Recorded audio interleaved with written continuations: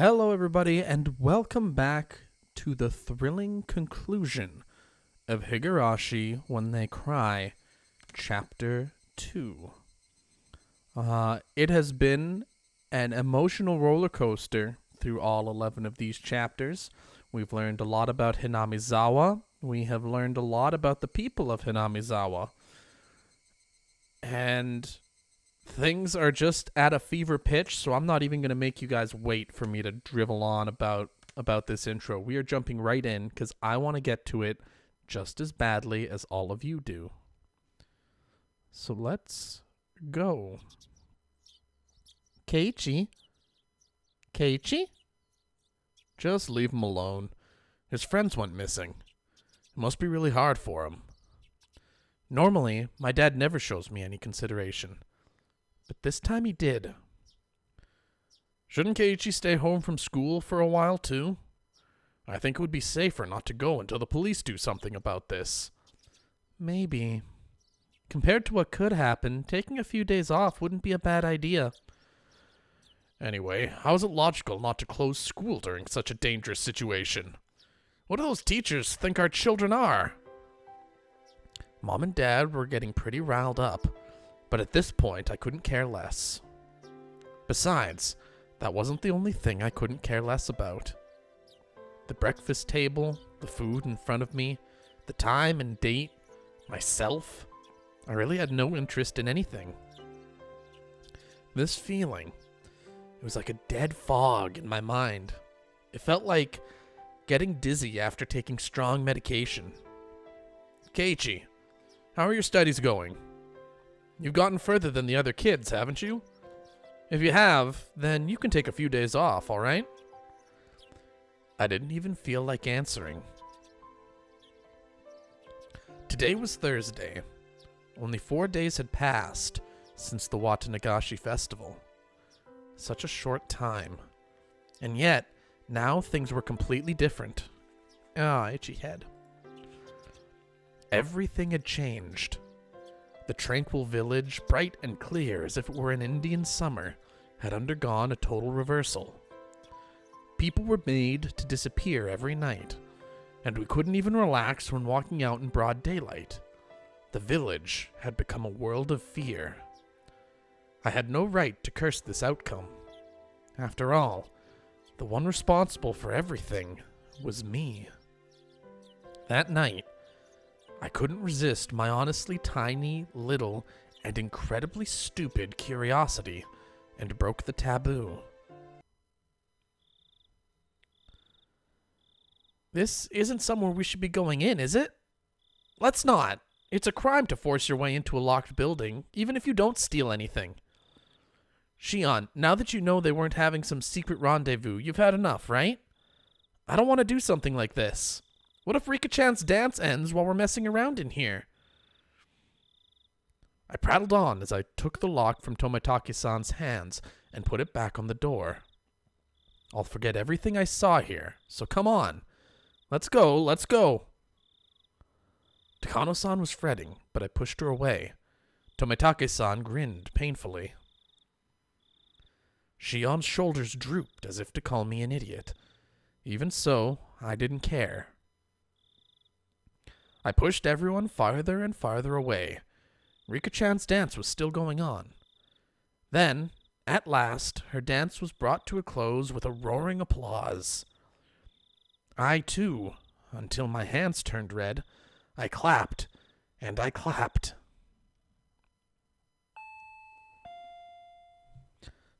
Ding dong. No, please, mouse, stop being a little douchebag. Is that Rina-chan? Oh, come on, water bottle. Whew. She's here because it's your usual meetup time, isn't she? I looked up at the clock. It was 5 minutes past my time to meet with Rina. Keiichi, shouldn't you take a few days off from school? You're right. Thanks for being so considerate. I rose from my seat. I went to the entrance to greet Rina. Good morning. We're going to school as a group starting today, so you can't be late. Ah, that's right. If we, the ones farthest away, were to be late, the younger kids on the way there would be waiting for us. I think I'm going to take some time off from school. Okay. Rina answered shortly, nodding. I think you should do whatever's best for you, Keiichi-kun, so you don't need to feel that you're weak or anything. Oh, and here. It's a notice they're sending around. Could you give it to your mom? I think it has a lot of important announcements in it. I took the notice. There were a lot more pages than normal. The one on top announced the disappearance of the mayor, Rika-chan, and Satoko, and that they wanted any information about them. It made my heart ache.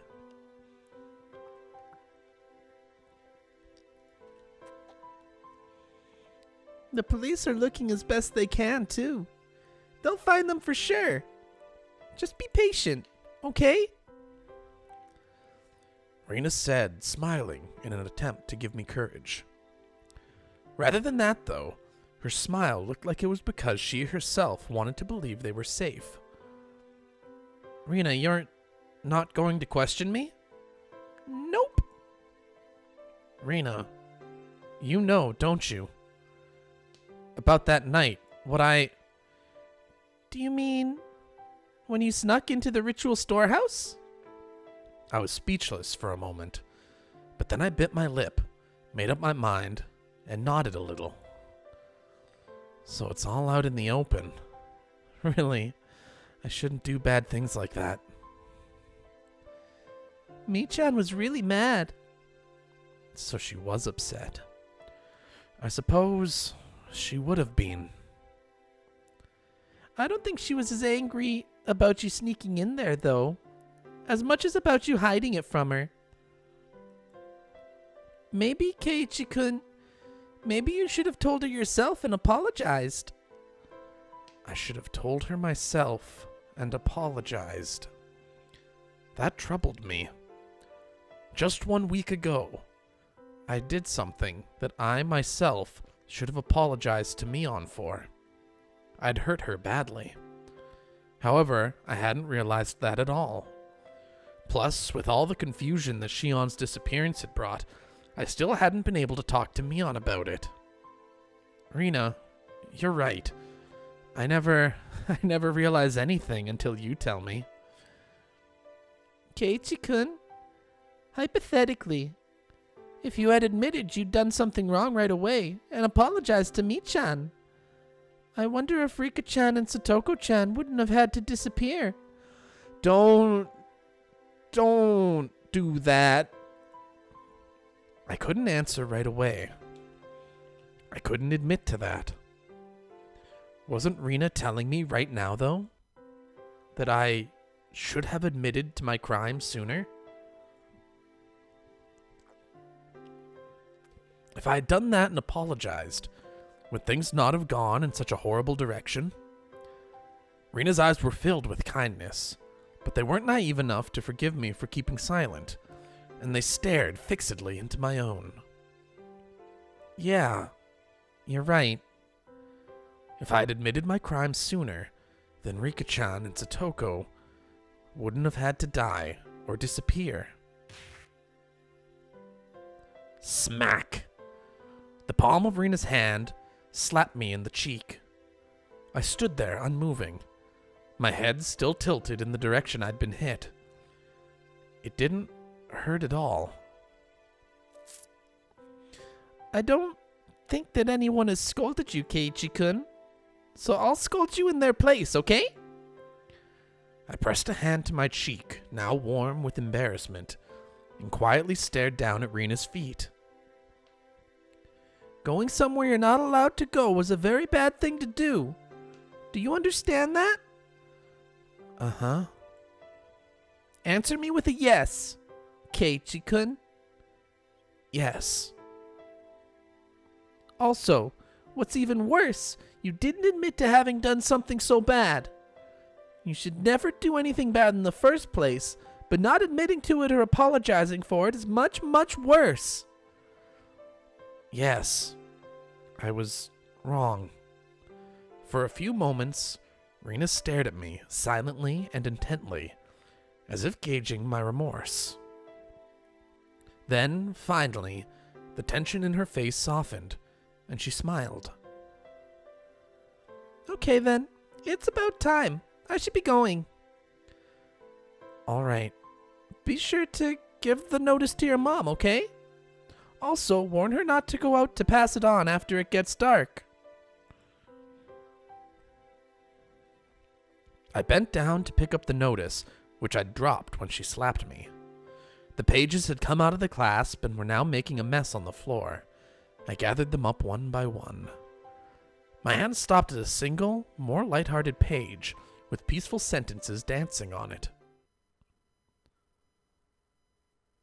We still have plenty of homemade soy sauce in stock. Feel free to come to the Sonozaki house if you want some. What is this? I picked up the page and scanned the rest of it. They were stockpiling high-quality soy sauce they got from faraway relatives in the Akita prefecture. They had gotten a big shipment recently. They couldn't use it all, so they wanted anyone who wanted some of it to feel free to come over, is what it said. As a P.S., it said it arrived in barrels, and to please bring a 2-liter bottle or other container for it. That's how it tied together. If you need some soy sauce, then you would go to the Sonozaki house. Rena, did you know all along? Yeah, I knew. Rena had already been suspicious of Mion, as soon as she noticed that the big bottle of soy sauce was missing. Rika-chan had taken the bottle and gone to Mion's house, and there she was erased. Rika-chan wasn't coming back, so Satoko called Mion's house, since she knew where she had gone, and then Satoko got called there as well. That meeting on the day the mayor disappeared, didn't Uishi-san say that the 3 families participated in it? The 3 families would include the Sonozaki family. Didn't he also say that the current leader was really old, so her heir, Mion, frequently stood in for her at public appearances? While the mayor was returning from the shrine, Mion called out and stopped him. She talked to him and invited him to their house, and then she made him disappear. It was probably even simpler to make Shion disappear. Shion was part of the Sonozaki family. They probably knew exactly what she was doing at all times. I'm sure they even knew her part-time job schedule, too. Thinking back, wasn't that Angel Mort store managed by the Sonozaki family? Setting up an ambush for her there wouldn't have been any trouble at all. I'm going to Mion. I'll go apologize. I'm going to have her put an end to everything. Mion probably won't forgive me easily, but I'll go and ask her not to sacrifice anyone else. With that decided, there was no need for me to be lazing around here. I put on my shoes and slipped past Rena to exit the house. When she stopped me, I'm going too. Rena, shouldn't you go to school? This is way more important than school. Rena, you shouldn't come. If you get wrapped up in this too, then I think I might actually go crazy. Rena didn't move her arm, which was blocking my way. If Keiichi-kun disappeared as well, then I think I might actually go crazy too. So I won't let you go alone. Rena argued boldly, as tears welled up in her eyes.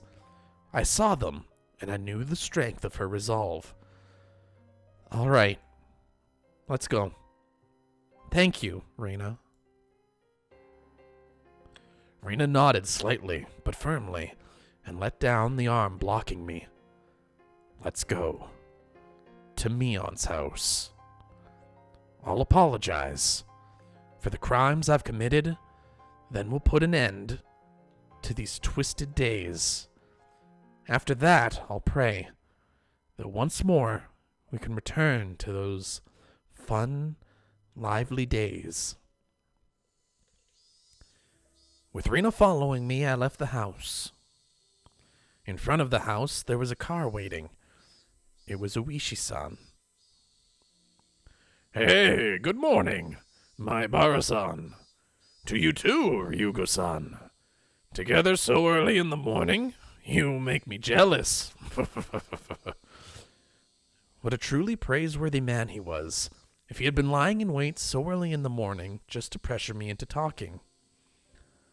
On this morning, though, maybe this was actually a good opportunity. You're from the police. Oh, have I not introduced myself to you, Ryugo-san?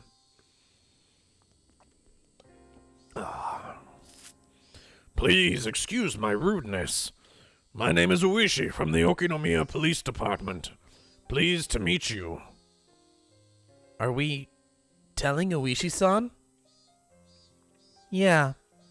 I think my palm is enough punishment for your crime, Keiichi-kun, but we should leave Michan's to these people. Pain and sadness. I looked down as those emotions built up in my heart. We have something to tell you, Oishi-san. Well now, what about? Should we stand here and talk, or go inside the car? In the car, please. I only continued to look down weakly. All I could do was be thankful for how dependable Rina was. Shit, guys, Rina might be passing Mion as my favorite. That might legit be happening here. At Rina's urging, I revealed everything to Oishi-san. The latter, while making sure to throw in murmurs that he was paying attention every now and then, took notes. We continued that way for a while. How do you feel? Don't you feel a lot better now that you've told me? Oishi-san asked this while scratching his head with his ballpoint pen. Of course I don't feel better.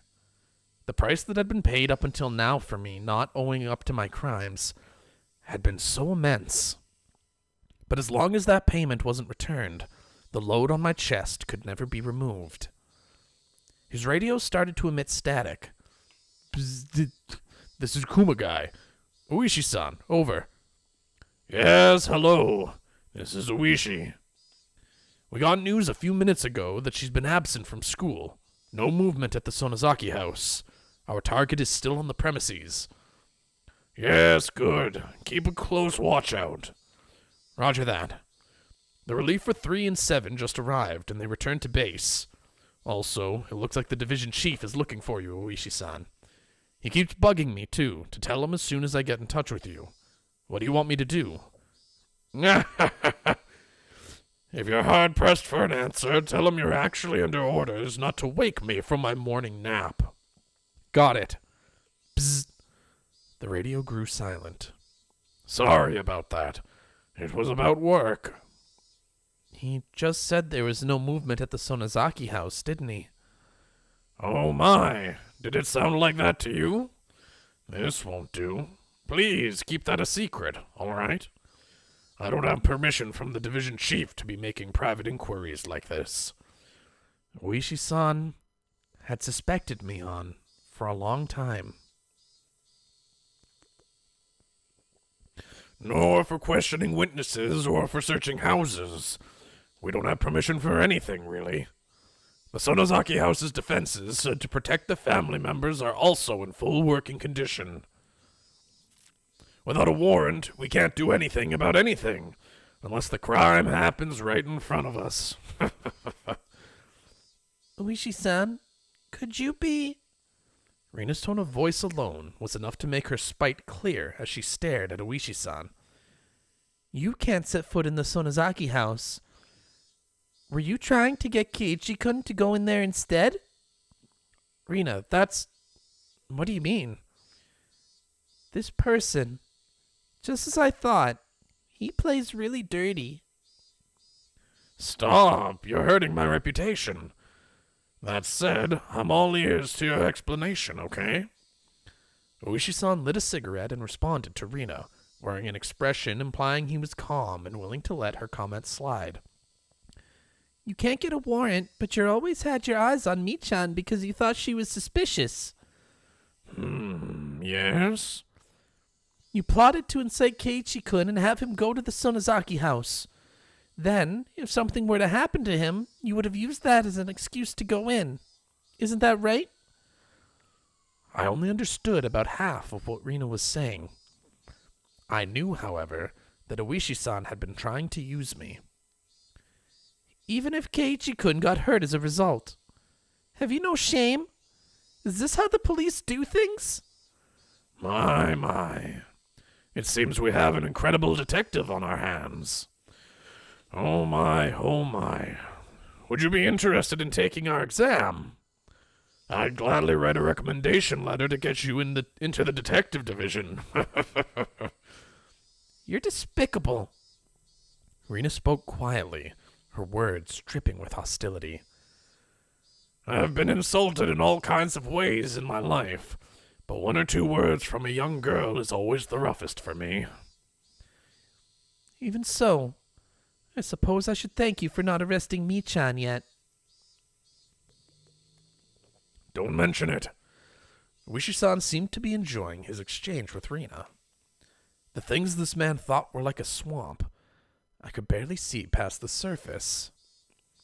It reminded me again of how much I disliked him. Now then, as two esteemed friends of Mion Sonozaki-san, what do you plan on doing now? Will you wait kindly for me to go over the evidence and request a warrant? No, we won't wait for that. We'll go and make Michan surrender herself. That's right. If she turned herself in rather than be arrested, she might get a lighter sentence. At this point, perhaps that was the only pity I could find in me to afford her. I see. I wonder if it will go that well. If you're careless, you too may face danger, you know. Uishi-san was measuring our resolve. So, in a strong voice, I declared, "We're fully prepared." Uishi-san gave us an unpleasant, yet seemingly satisfied grin. It was then that I realized that this man was trying to use us for his own convenience. If anything should happen to us, use that as an excuse. Though my greatest hope is that you will surround the place so that the criminal can't get away. Ryugu-san, you're good at negotiating, too. I'm throwing in the towel. I surrender. But what are you talking about? If the policemen surround Michan's house, then that will be insurance for the worst-case scenario. For the worst case. Plus, it would be another way of pressuring Mion to give herself up, wouldn't it? Uishi de Kuma-chan. This is Kumagai. Go ahead. Our two friends are going to play at the Sonozaki house. Make arrangements so that we can reinforce them if needed. Roger. Their altogether too short conversation implied that our questioning was already a part of their plans. Then, let's get going. Want to buy some tea biscuits on the way there? Neither Rina nor I went along with Uishi-san's stupid joke. All right, let's head on over to the Sonozaki household. It is finally time to confront Mion about all of the strange disappearances that have happened this past week. Uishi stopped the car at the place where we always waited for Mion. Come to think of it, I've never been to Mion's house before. I've only heard that it's right down this road. This is as far as I can take you. According to our information, there are quite a few security cameras set up on the premises. Still, don't worry. I've got a bunch of youngsters ready and waiting to slip past them and go in. We'll be monitoring the inside with a one-way mic, so if you two give a loud scream, we'll know right away. We'll persuade her for sure, so please be ready for her to turn herself in. In both our eyes was determination. It was the only method available to us for lightening the sins of our good friend. Be plenty careful, you hear? You probably don't believe it right now, but I don't want you two being sacrificed if at all possible. You're right about that. With that rude response, we left the car. The clinging humidity and voices of the cicadas greeted us. I'd never have expected this would be happening today. Let's go, Keiichi-kun. Rina took the lead and began to walk down the road I've never been. Rina, you've been to Mion's house before, right? Yeah, a few times. It's a really big house. You could fit a mountain into their backyard, too. You can pick mushrooms and stuff, though there are fences everywhere. Big enough to fit a mountain. That was amazing. One of the 3 families controlling Hinamizawa, and the head family of the Sonozaki clan. Perhaps there was something to be said about its magnitude. The path continued onward, level and uneventful. There were metal fences along its edges, and beyond them were woods with trees growing thickly. The fences were high. The tops of them bent inwards, sticking out like sharp spears. Plus, there was dangerous-looking barbed wire wrapping them. No one could look at them and not feel intimidated. In addition, there were signboards hung up here and there along the fence. Private property of the Sonozaki family. Entrance forbidden. Beware of venomous snakes. Active security cameras. Intruders will be charged an entry fee of 1 million yen. This forest, or should I say mountain, is this all their yard?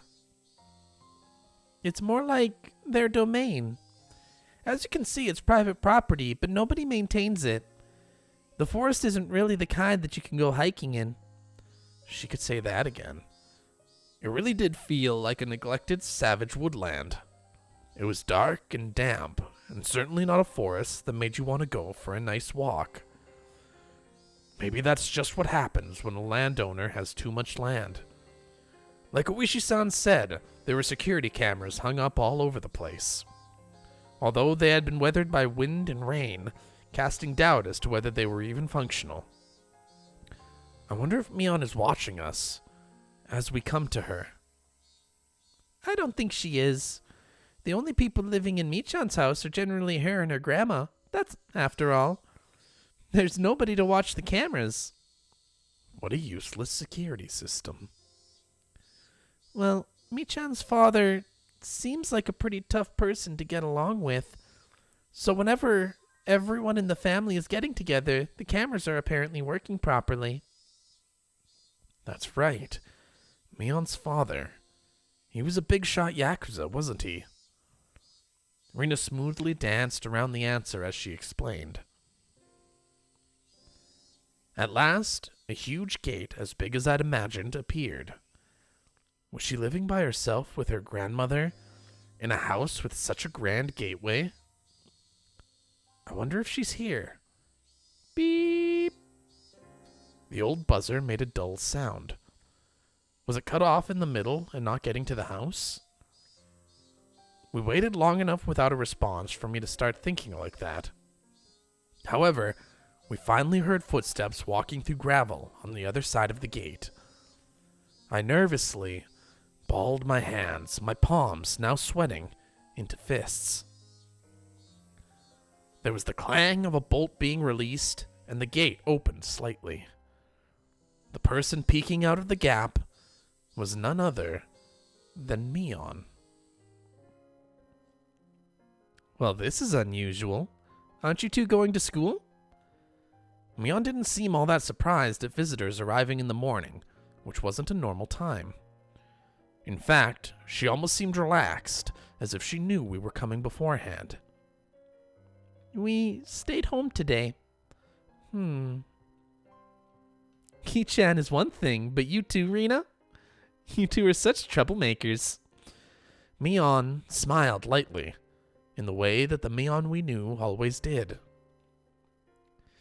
Well, let's not just stand here. Come on in. She gestured for us to follow her. I hesitated for a moment, looking at Rina. Let's go. Rina smiled cheerfully, as if she were passing through the gate of a good friend's house, and then did just that. I rally myself and then go through the gate too. On the other side, it hadn't been maintained very well, but it was clear that the lot was magnificently wide. It wasn't quite what you'd think of when you hear mansion, but it was very clearly a vast place. Get out of here, bottle cap. Done playing with you. Was this the first time you've been here, Ki-chan? Yeah. This house is enormous. Itchy nose. God, stop it. Steep thatched roofs aren't in fashion anymore. This place could be a tourist attraction. I wanted to rebuild it using totally average and boring reinforced concrete soon. Mion dryly smiled as she said that, then closed the gate and relocked the heavy bolt. Don't worry about it. Things have been dangerous lately. Gotta do at least this much during the daytime. Yeah, you're right. Maybe it was my imagination, but I thought I saw the hint of a shadow in her smile. Well then, good sir and madam, I shall show you inside. Please, come this way. Mion bowed to us like a worker at a high-class motel, then pivoted on her heel and began to walk. Rina gripped my stiffening arm lightly. Keiichi-kun, you're too tense. We came to see Mi-chan, remember? You don't need to be that nervous. That's right. When I get nervous, I tend to let everything show on my face. I'll stop tensing up. Even if something were to happen, there were two of us. Uishi-san's subordinates were waiting outside the gate for us, too. There was nothing to worry about. After thinking about it that much, I realized my nervousness was already gone and laughed at myself. What's this? Mion, what's with this stone on top of the newspapers? It's in the way. Did the song end perfectly with me getting to the trigger to stop it? That's incredible. That is incredible. There was a pile of newspapers on the floor of the entrance, and there was a large rock on top of them.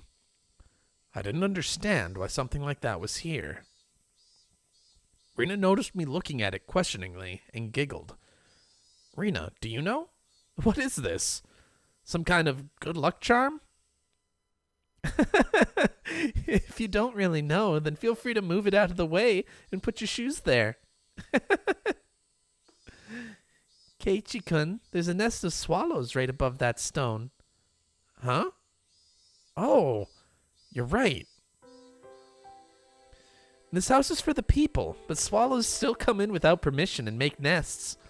It must be like a tradition for them. Whenever spring comes, they always make a nest here. It's kind of annoying, though.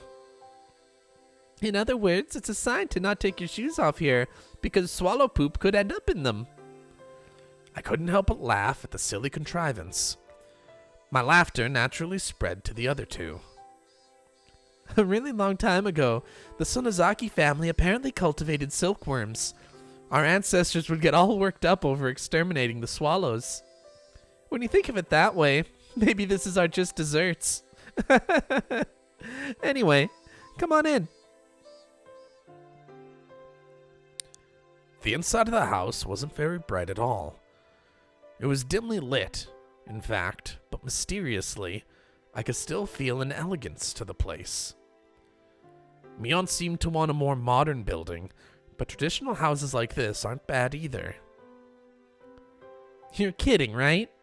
There's a terrible draft, and the winters are freezing. Don't go making my house into property of cultural significance and getting in the way of renovations, got it? What I want most is a house like yours, Ki-chan. I'm pretty jealous of it. It seems like it would be warm in the winter. Oh, but snowfall seems like it would be a problem. Snowfall's a problem? Does Hinamizawa get that much snow? Our latitude is south of Kanto, isn't it? Isn't this region warm? You don't know, Keiichi-kun? Hinamizawa is in an area that gets heavy snowfalls. When we get a lot, everyone gets buried. Sometimes you can't even get out of your house. Sometimes your car gets totally buried too and you can't find where it is. I wasn't aware of that. Hinamizawa, was that bad a place in the winter? Come to think of it, my dad, he says something like, this place got plenty of snow, so we could have fun building igloos. Still, your front door getting buried? Not being able to find your car? That's way too much snow. Are you falling? I can't tell if my mic is falling. You remember from geography class, right? The western side of Japan gets cold winds from Asia. We're different from those softies protected by the mountains, nice and warm by the Pacific Ocean. I'm totally okay with being a softie and nice and warm. Stop it. Stop. Stop. Stop. Stop. Stop.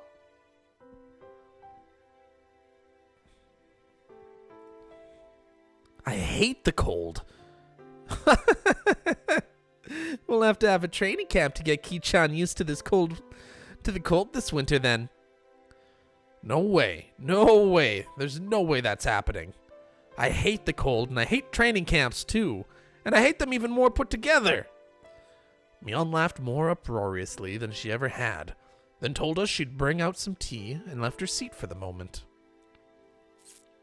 Still, there's a lot of fun things to do in the winter. I bet our club will be a blast then. Our club continuing activities through the winter sounds totally horrible. Like swimming in the cold or marching in the snow. When did we turn into Mount Redhorn? Yeah, there are definitely a lot of tough punishment games for the winter season. One time she made us have a Rio carnival in the schoolyard while snow was falling. I see the terror of our club cared not for the season. The victor would be decided by who could best adapt to the winter-only events. We do snowball fights and shaved ice eating contests and treasure hunts in the snow.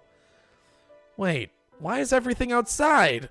Why can't we play tabletop games in a nice warm room while it's snowing? Oh, Keiichi-kun, if you're saying things like that, then you're going to lose a lot this winter. We'll have lots of punishment games and Rena won't lose. How? Don't give me that how. I settled things with a cross chop to the head. You're sure having fun. Our walls aren't very thick, so be careful not to go flying through any, okay? The paper sliding door opened and Mion returned with a pot and a complete tea set. Do you want some sesame senbei to go with that? Sorry, we don't have much in the way of bean paste or other good stuff. It's okay. It's okay. We didn't really come here to drink tea anyway. And with those words, the smile disappeared from Rena's face. Ah, she did it. That one careless statement reminded us of what had nearly been able to forget. What we had nearly been able to forget. I had wanted to enjoy this peaceful time for a little longer, but we put an end to that with those honestly careless words. When she noticed the smile disappear from Rena's expression, Mion too changed hers. It was as if the cheerful air that was like a warm spring day until a moment ago has slipped through the cracks in the paper door and altogether disappeared. There was no point in regretting it now. We did not come here today to chat and enjoy ourselves.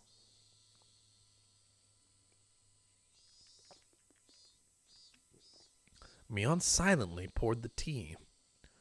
During that time, both Rena and I sat kneeling without uttering a word. Here you are. Drink up.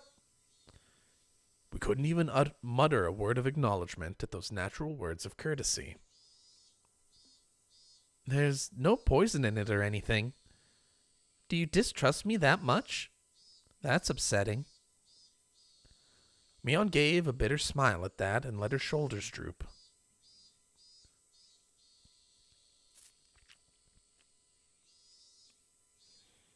We all remained silent. We remained silent, hoping that someone else would speak up first.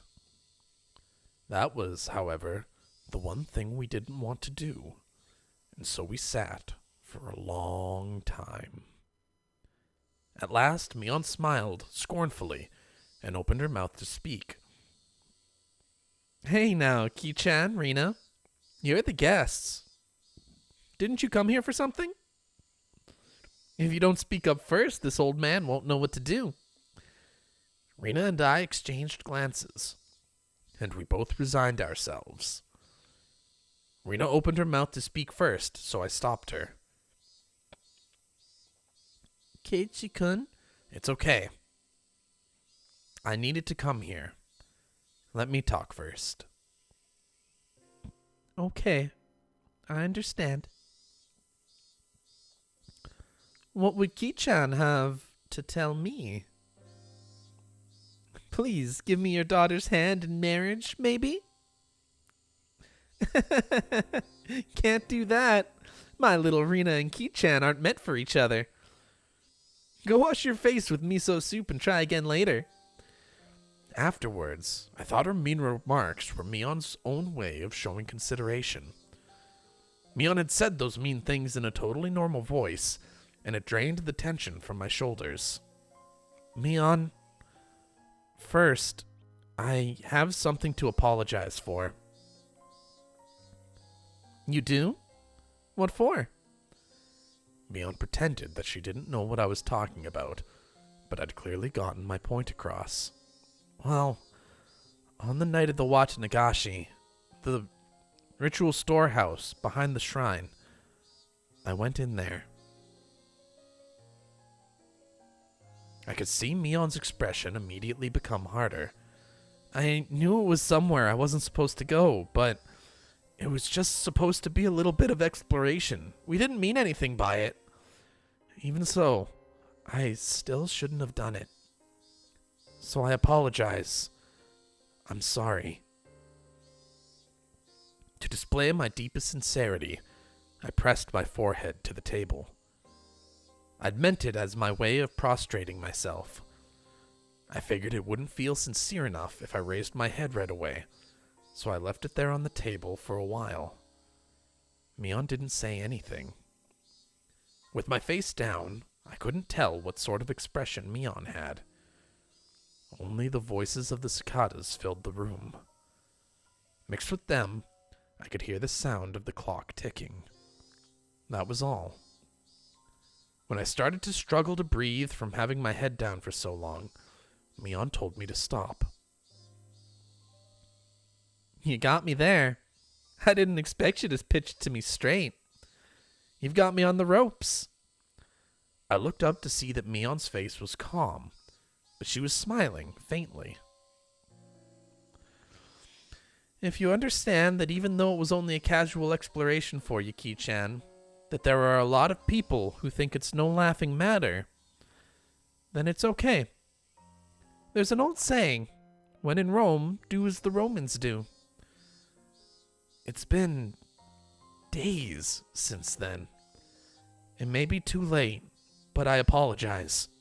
What I did was wrong. Please forgive me. I could feel pitiful tears welling up within me. If I had done this sooner, maybe nothing terrible would have happened.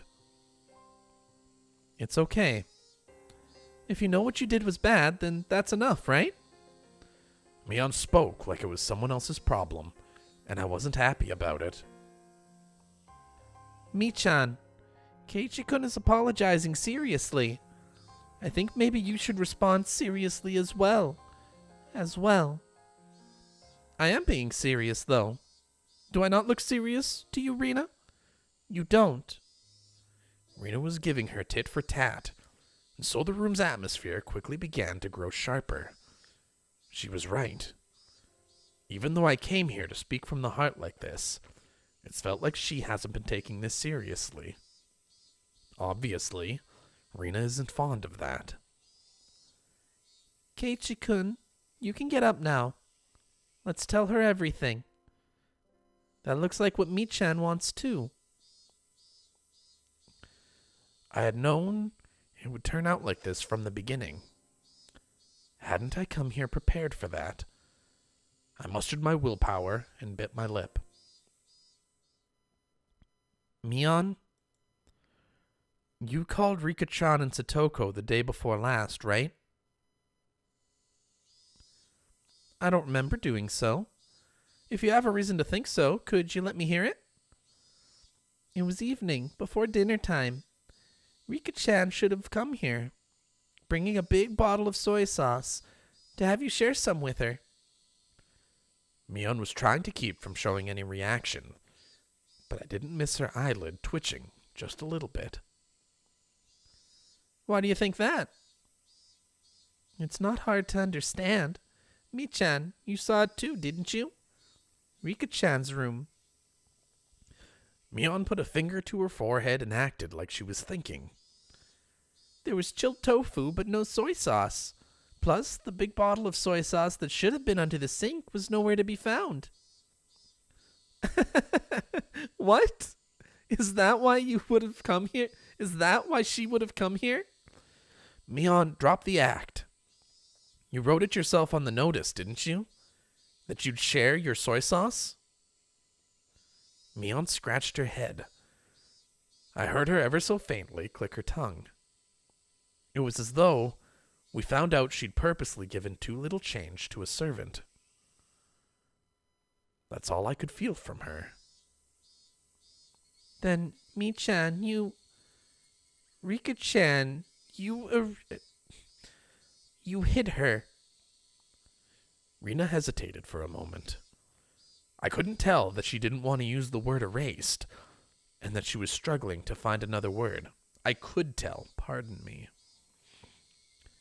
That was really supposed to be the end, wasn't it? For you, anyway. What are you talking about? You didn't foresee that Rika-chan would tell Satoko-chan that she was going to your house, did you, Mi-chan? Then Satoko-chan called. Might Rika be imposing on you? Yeah, probably just like that. You sound just like her. Mi-chan, you were in a bit of a bind then, because someone knew that Rika-chan had come here. So you decided to lure Satoko-chan here too. Lure her out? Like how, I wonder? Mion prodded Rena on, as if trying to get to the good part of an interesting story. I, however, knew. I'd been watching Mion change the whole time. She was restlessly twirling her fingers. She had clearly lost her calm. Of course, it was really a slight thing, and only I, who had been watching her this whole time, would have known. Mion was panicking. What Rena was saying must have been a bullseye. It probably went like this. Satoko, I actually made too much dinner today, so why not come over and eat? Rika-chan came earlier and already ate some. Something like that. Scratch. Mion's nails dug into her knee. There's no recordings of the phone conversations or anything, so how do you know that much? I know it because the dinner that Satoko-chan made for the two of them was plastic wrapped in their refrigerator and hadn't been touched. For a few moments, Mion's face was frozen in utter amazement. She looked like she couldn't believe that this person in front of her was Rena. With just that to go on, How did you even guess what we said over the phone? It's a long explanation, so I'll get to the point. The contents of that refrigerator provided a vivid account of what you said over the phone when you lured her out. Mion's jaw remained on the floor. That was the only way I could describe her face. That's... I had no idea I had such an incredible detective right next to me the whole time. I can't believe you'd figure out everything, down to the phone conversation, just from what was inside the fridge. You've got me there. You've got me, you've got me. As if a dam had burst, Mion convulsed into laughter. Her laughter, though, definitely didn't make us want to laugh as well.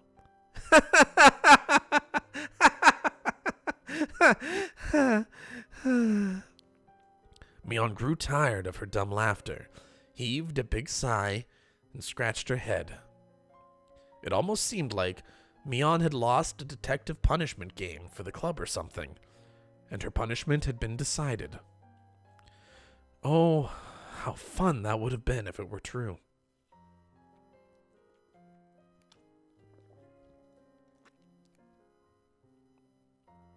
An incredible detective. Mi-chan, you're the one who guessed what Oishi-san told us. He called me an incredible detective too. As soon as she heard Oishi-san's name, Mion's eyes began to display panic more clearly, so that anyone would be able to tell. Mion, the police have suspected you for a long time now. Oishi-san's officers have had this house under observation so that they could break in at any time. Mion attempted to feign calm, but it looked like she was having a hard time with that. Part of her couldn't believe that the police had her surrounded, and she closely examined Rina's facial expression. However, she couldn't detect a hint of falsehood. Finally, Mion seemed to accept the fact that the police were encircling the house. Was the mayor Mi-chan too? Were Tometake-san and Takano-san you as well? Mion didn't answer our rapid-fire questions. I could clearly see impatience in her eyes, which were still feigning calm. At last, Mion, who had been sitting there lazily, readjusted her cushion and sat herself upright. At that moment, the atmosphere in the room changed completely. Mion's expression also changed. The impatience and wonderment in her expression disappeared, and she became so solemn you would think she was about to conduct a tea ceremony. I could sense it. It was now, in this moment. Mion had ceased to be Mion, but had changed into Mion Sonozaki, the current heir to the Sonozaki house. The solemn atmosphere about her was clearly abnormal, and was entirely different from that of the Mion that I knew. Now, I could believe it. Now, I could believe that she was the young leader who commanded the entire Sonozaki clan. Mion quietly placed both her hands on the tatami mat, and gave a beautifully elegant bow, as if this really were a tea ceremony, and named herself. We meet for the first time. I am the current heir to the Sonozaki house. My name is Mion. Mion's movements were so elegant they could cut, and we couldn't even answer her. All Rina and I could do was watch, baffled at her actions, which we could never imagine the normal her doing. I would like to welcome you to the Sonozaki main house today. I will greet you all in place of our leader, Oryu. It seems as though you have various things you would like to ask. If I can be of any assistance, then I would like to answer without concealing anything. What? What did Mion just say? Mion said she would answer anything we asked. There was a strong light of resolve in her eyes. It's really all right if we ask anything, then? I shall tell you everything I know. That is why you have come here, after all. Rena and I exchanged glances. There was a mountain of things we wanted to ask Mion. However, we hesitated for a moment on what we should ask first. The first question Rena gave was extremely abstract, but it was the question everybody wanted to know right now. Why would you do this? That was what I wanted to ask as well. Why would you do this? That didn't only go for Rika-chan and Satoko. It went for the mayor, Takano-san, and Tomitake-san as well. No, even further back, for all the incidents that had been occurring every year. For a little while, Mion couldn't respond. Right when we realized that the question was too vague and tried to put it into more concrete terms, she finally opened her mouth to speak. To answer that question will take some time. If that is acceptable, however, then I would by all means like you to hear it.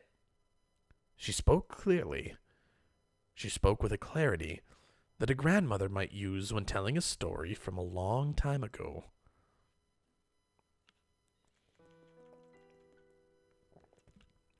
Do you know that Hinamizawa Village used to be called Onigafuchi Village? Rena nodded lightly, then shot me a glance, asking me if I did. I returned her nod. Hinamizawa was once called Onigafuchi Village, yes. I heard all about it that night from Takano-san in the ritual storehouse.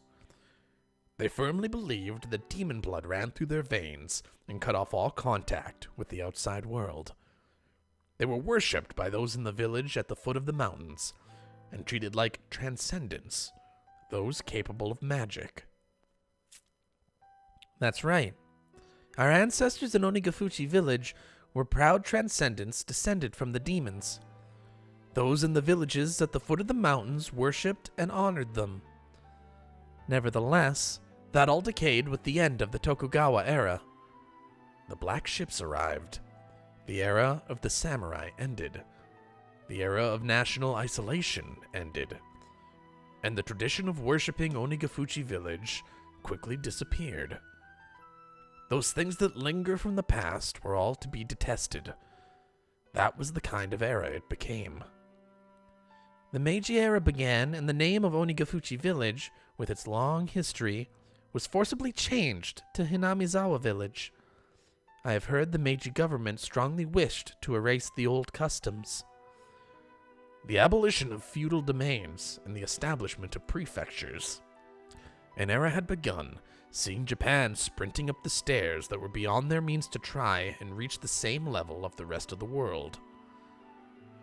All things in the Western style were to be extolled, while all old traditional things were to be scorned. That was the sort of era it was. Our ancestors in Onigafuchi Village were proud transcendents descended from the demons. Onigafuchi Village disappeared in a flash. At last, Japan, provoked by the great European powers colonizing countries in Asia one by one, began a policy to increase its wealth and military power so that it could stand as a global power in its own right. Conscription began and they won war after war. The first Sino-Japanese War and the Russo-Japanese War, and until the Pacific War broke out. They recklessly climbed the staircase towards modernization. At the time, Onigafuchi Village had already lost its impenetrability. The villagers, once worshipped as transcendents, were now on the receiving end of inhuman treatment. The sacred Onigafuchi Village had been groundlessly labeled an isolated village of those afflicted with incurable diseases, a mere shadow of its former self, and stood on the precipice of an era of hardship. Thus began harsh days where one would suffer unreasonable discrimination just because people knew one was from Onigafuchi. The children in the village at the foot of the mountain were taught not to go near Hinamizawa because filthy germs were rampant there. Children who would come in contact with children in Hinamizawa would cry and wail as their parents purified the spot they were touched by rubbing salt on it. One of the adults said to the children that if you get lost in Hinamizawa, you would be kidnapped by demons, cut up into pieces, and devoured. Never, ever go near the terrifying village of the man-eating demons.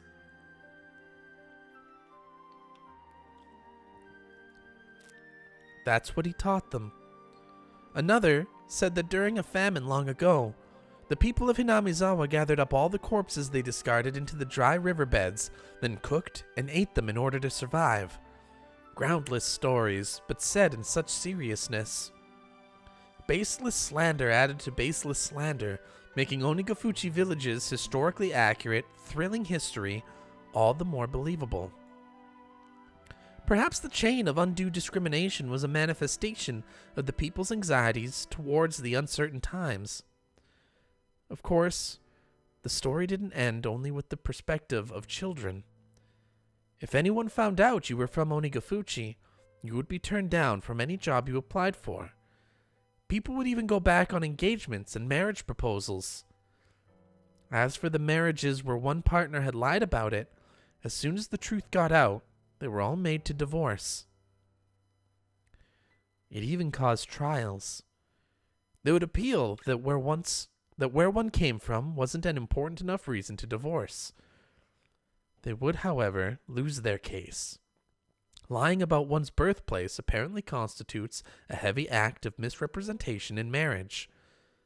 That's terrible. I'd heard about such discrimination towards those in small villages in civics class. Just because others knew you were from a tiny hamlet, you would be subjected to every societal disadvantage there was. A modern form of bullying. Though I only memorized that because it was going to be on a test one time. I recalled being suspicious about it, and unable to believe such discrimination occurred in modern Japan. Well, I suppose I can't say that they weren't asking for it. Our ancestors were proud of the demon blood flowing through them. They lived their lives boasting about it and scorning those at the foot of the mountain after all. They struck fear into the villagers down there with their mystique and demanded gifts of dread and tribute. With that, Mion smiled for the first time, albeit in self-mockery. During the Pacific War, despite the slogans that all the country was acting as one, those from Hinamizawa continued to suffer all manner of discrimination. There were too many ways to count. They would send their husbands and sons to war, and the women on the home front would suffer greatly too. My grandmother remembers it well. She remembers it being a difficult time. Even that bitterly long war, however, finally ended in 1945. Hinamizawa had lost many male hands, but at last, their fathers and husbands and sons returned to them. Of course, there were also many who didn't come back. Nevertheless, for those in Hinamizawa who were at their limits, barely able to maintain the village without men, their return was a very happy thing. MacArthur's GHQ set to work on drastically improving mindsets and strove for the abolition of unfair discrimination. They could feel day breaking on the dismal night that was the previous era. Hinamizawa was on the verge of turning into a ghost town. Those in the village started to say that they should rebuild it once again and got to work, trying to make the village even a little more plentiful. During that time, someone appeared who built up a fortune through a vast number of dealings in the black market. That was Mion's grandfather, the husband of the elderly current family leader, Sohei Sonozaki. Sohei said that he managed food warehouses in Harbin after being dispatched to the Chinese mainland. When it was time to pull out, he conspired with his superiors and comrades and stole a great deal of the army's canned goods. He hid them somewhere in the Seto Inland Sea and sold them widely at a high price on the black market, thus earning a fortune. Sohei didn't spend that fortune for his own pleasure either. He entrusted the entire amount to his wife, the head of the Sonozaki house. Let's revive this ruined village. All who live here are our family, and this fortune is our collective property. So he proclaimed to my grandmother, the current head of the family. That vast fortune was a huge reason why Hinamizawa was revitalized after the war. I see. With that, Hinamizawa came back to life, and that's how the Sonozaki family has established its current prosperity. Of course, there were many people who begrudged the money coming from the black market, but the villagers no longer minded it. They succeeded at one business venture after another. Those who had succeeded freely supported those who followed them. The giant family of Hinamizawa, tied together with strong bonds, kept on expanding its influence. The Sonozaki family, the center of everything, would be extolled for a long time as the minds behind Hinamizawa's revitalization. The person at the middle of all of it was your Nana Mi-chan? That's amazing! What a great success! Mion looked like she was honestly happy Rina had praised her. However, around 1955, the wind started blowing in the other direction again, because of the canned flesh incident. Canned flesh? It sounded so hideous that just hearing it made me nauseous. Someone naming himself as my grandfather, Sohei Sonozaki's superior, confessed that those canned goods had been human flesh. Hinamizawa, a village in which demons lived and ate humans. They were just about to wipe away that cursed stigma. The light they had finally started to see in their peaceful lives grew hazy and disappeared. The shocking truth, as revealed by his former superior, the stolen provisions from the old Japanese army that had been a huge cornerstone of Hinamizawa's revival, had been canned human flesh. Why were there cans like that? Wasn't Sohei just the manager of food warehouses? His superior revealed that Sohei Sonozaki did not have the job of managing the food. In reality, Sohei's job during the war had been to exterminate pestilent mice and to transport the corpses of those with infectious diseases. It had been unfair treatment, and all because of the lowliness of his origins. As a result, though, he had returned safely without having been sent to the front lines or being detained. Perhaps that was the only fortunate thing to happen to him.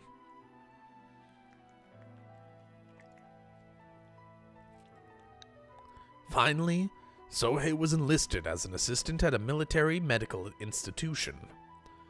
There, however, he found something even worse than the low, scorned, depressing customs of Onigafuchi village in the research they were carrying out.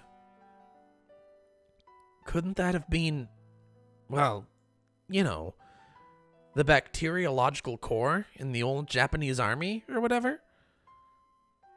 Keiichi-kun, you've heard of that? What could it be? I was pretty sure it was Unit 731. It was a nightmare unit that devoted itself to researching terrifying bacteriological weapons to break the deadlock in the war. They used many innocent people as fodder for horrible human experiments. They methodically observed how many days a new strain would take to kill the victims, how many days it would be when injected, how many days it would be when swallowed. They dissected many people to find that out. Sometimes, they wouldn't bother waiting until they were dead and dissected them while they were still alive. They would strap them into centrifuges while still alive and crush them in decompression chambers while still alive. When a human decompresses, all the holes in their body get pushed outwards, and their intestines get pushed out of their anus like a snake winding out of it. I have a feeling I saw something like that on a documentary one time. That makes me sick. And they still hate Hinamizawa, huh? You said it.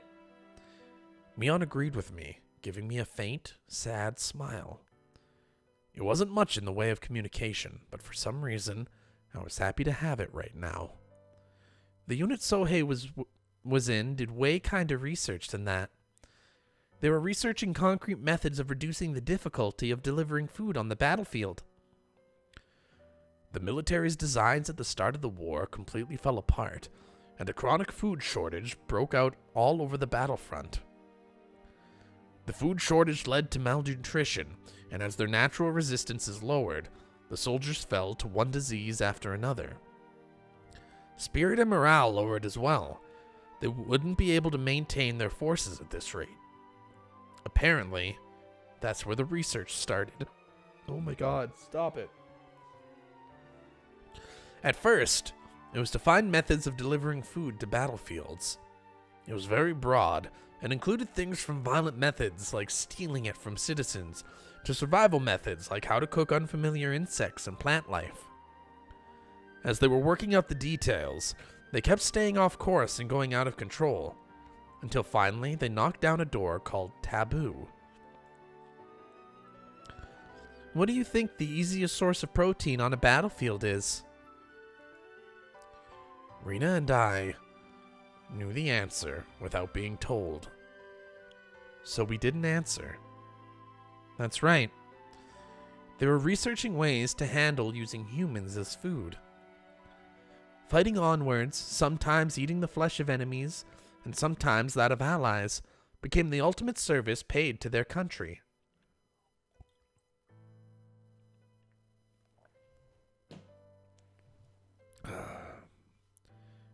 They were deathly serious about this doctrine. It really is a riot. My grandfather was despised as someone who ate human flesh, and yet they had gone above and beyond that. Apparently, he always thought about it too.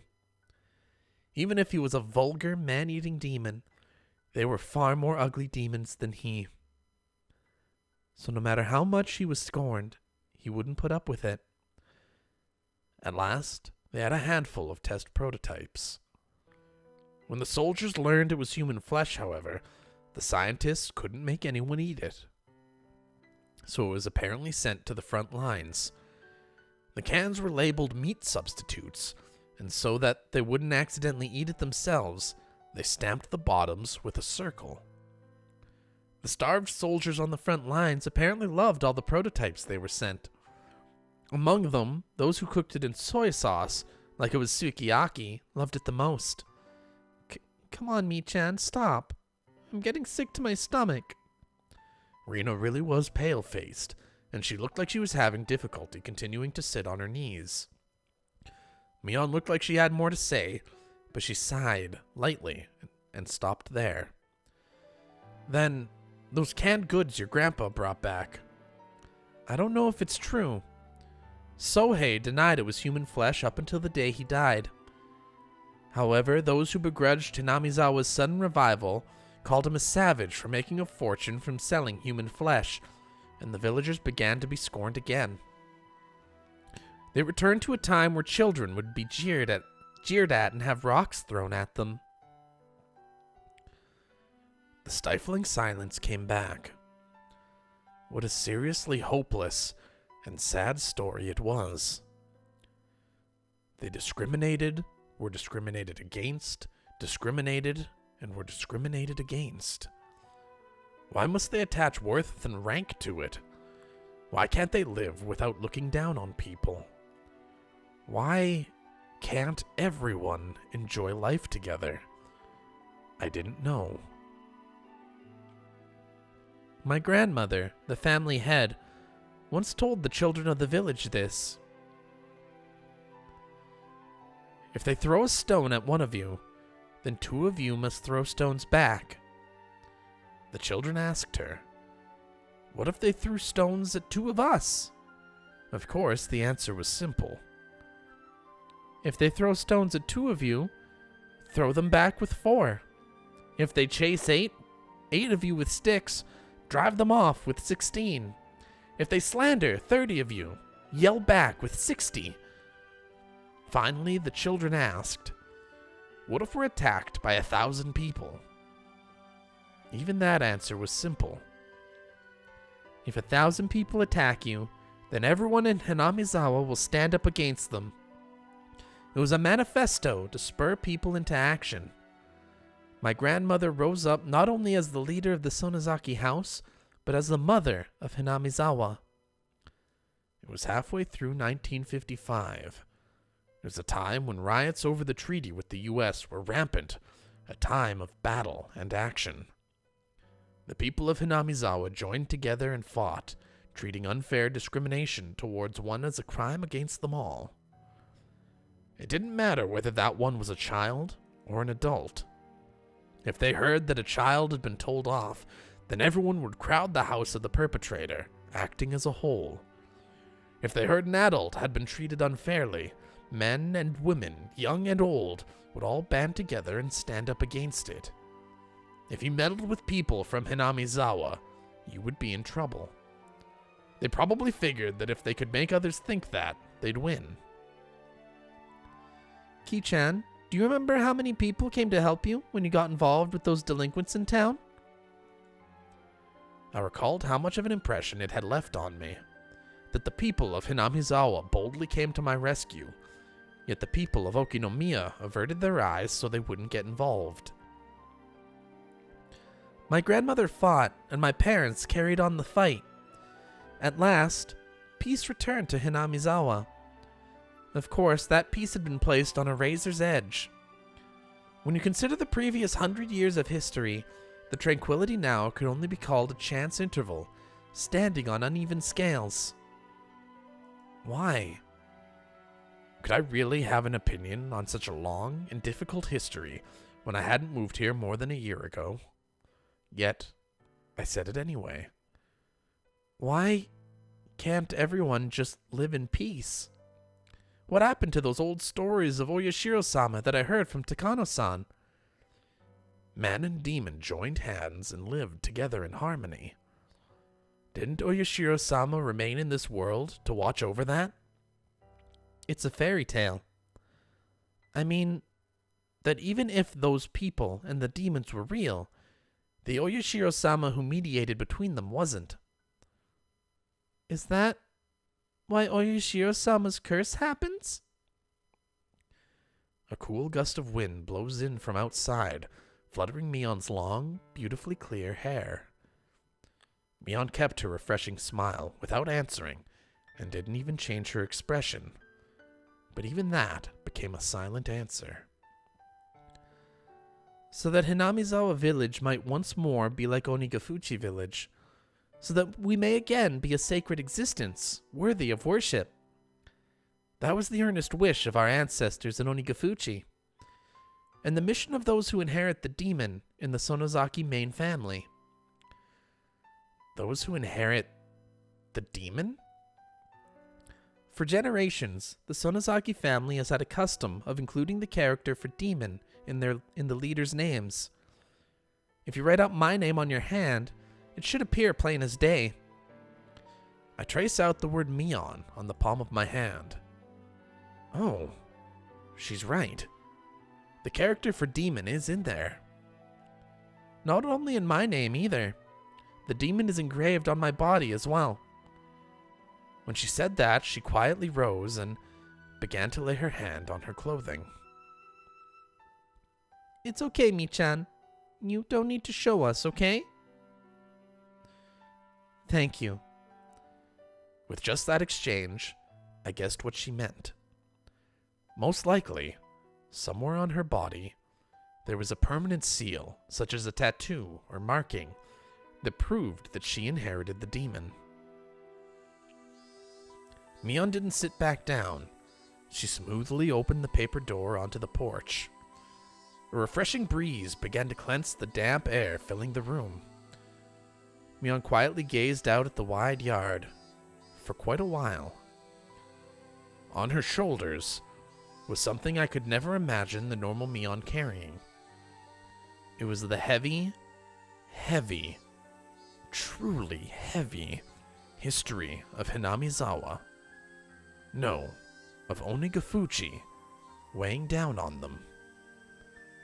What kind of words could I possibly say to a Mion like that?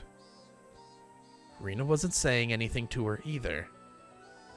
Only the voices of the cicadas drowned out the silence. At last, after a long period of nothing, Mion murmured,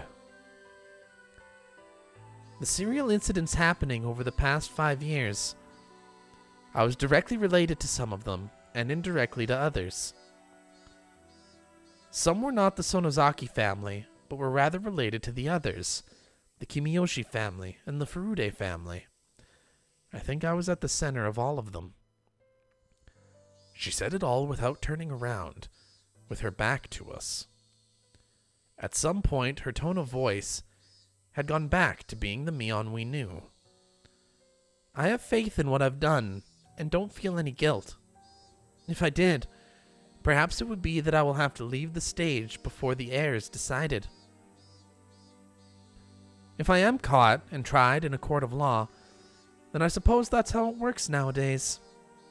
Being able to retire with Hinamizawa at the most peaceful it's been in 100 years could be the happiest thing that's ever happened to any of the Sonozaki leaders of past generations."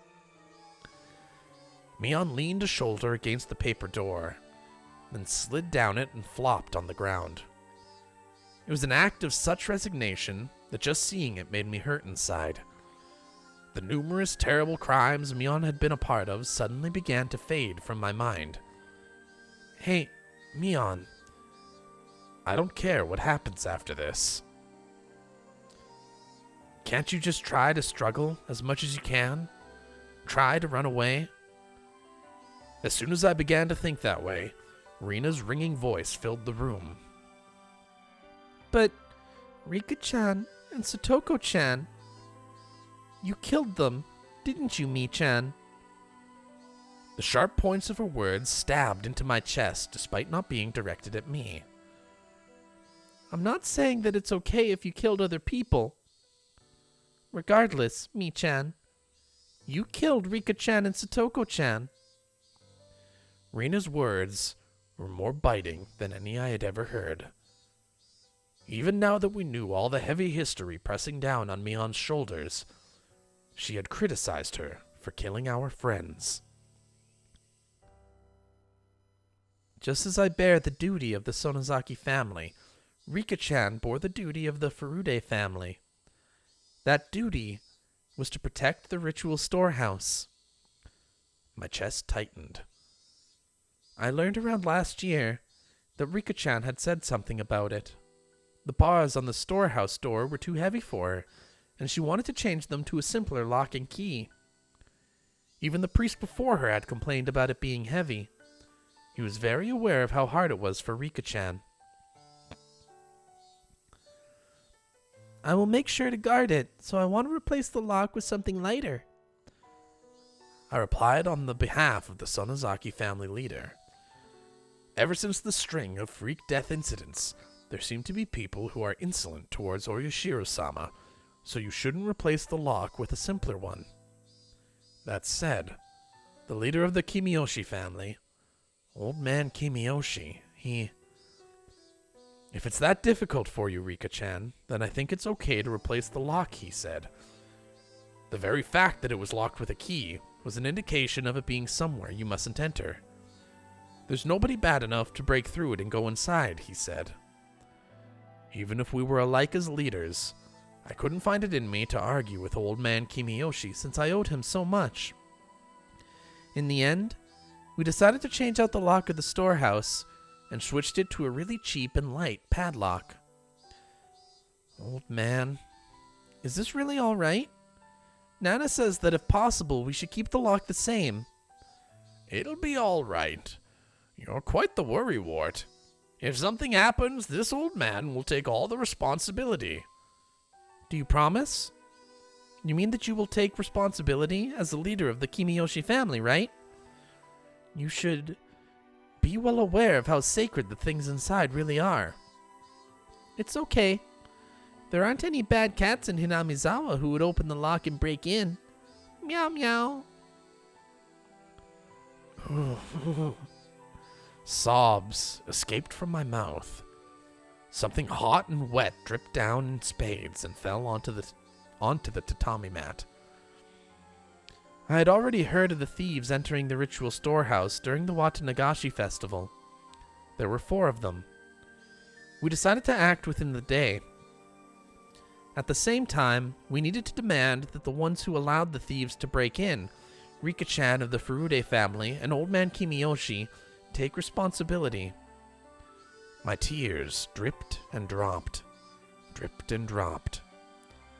until just now, I had decided that it was Mion's fault, that she killed Rika-chan and the others. That was wrong. The one who killed them wasn't Mion. It was me. I might as well have killed them. Keiichi-kun? I had a chance to stop this tragedy from happening, and yet I didn't. Cheap curiosity got the better of me, and I didn't. If, at the time, I had stopped us from sneaking into the ritual storehouse, Rika-chan and the others wouldn't have had to die. If I had, then nothing would have happened. We would be spending our days having lots of fun, like we always did. I was an idiot. If by shedding tears I could take it all back, then I would have filled up the room with them. However, such a meager act wouldn't be enough to redeem myself for the crime I've committed. Ki-chan, you're not at fault. Mion gently began to speak to me, as if trying to reason with me. As the leader of the Sonozaki family, I needed to act. But given the history of the Sonozaki family, thinking about it now, it's no big deal. Maybe I should have saved my friends, even if it meant casting all that aside. I yielded to it, and that's why I killed those 2. I, Mion Sonozaki, and nobody else killed them. I had hundreds of chances to stop it, but I didn't stop. I gave in to the easy role that was handed to me, and abandoned all thought of fighting for my friends. So this is my crime. I killed them. Mion Sonozaki, with these hands, killed them. And nothing whatsoever changed. Nothing. Her masochistic laughter was sad, especially because Mion boasted in club that she would turn the tables on whatever predicaments presented themselves. It was so painful. Still, Mi-chan, you saved one person of your own volition. Eh? As I looked at her surprised, Rina stuck her finger right at my forehead. You left Keiichi-kun alive. As strong as you are, Mi-chan, it would have been no trouble for you, but you didn't kill him. That's right.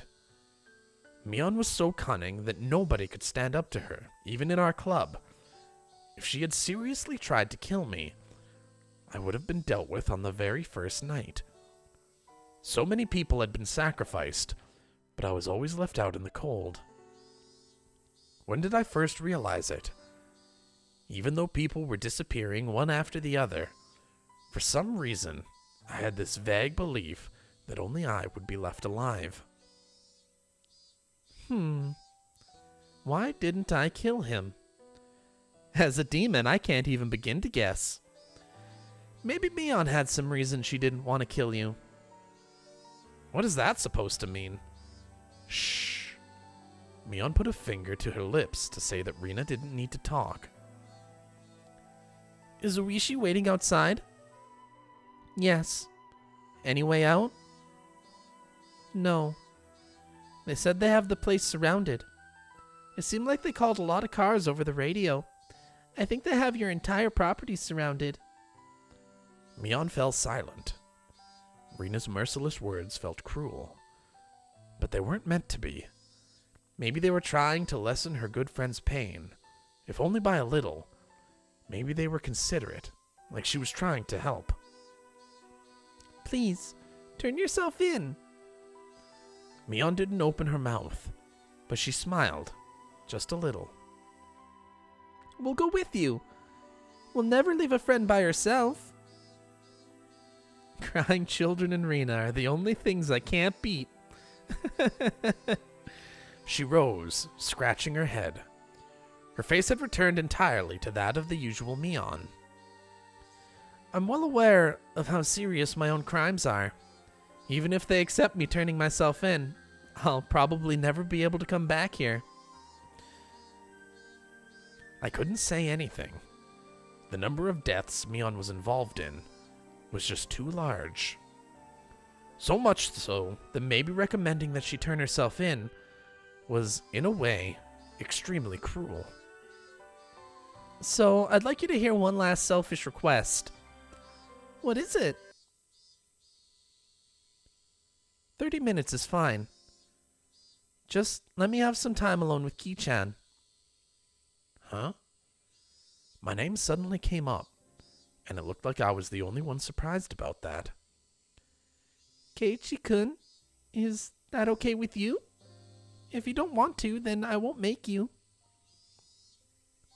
You're right. It's okay if you don't want to. After all, I'm a demon. And Ki-chan is a bona fide human who moved here from somewhere else. For us to be compatible, as long as Oyashiro-sama doesn't exist to mediate, it simply isn't possible. There was no reason for me to hesitate. Mion had been engulfed by heavy, unopposable tradition.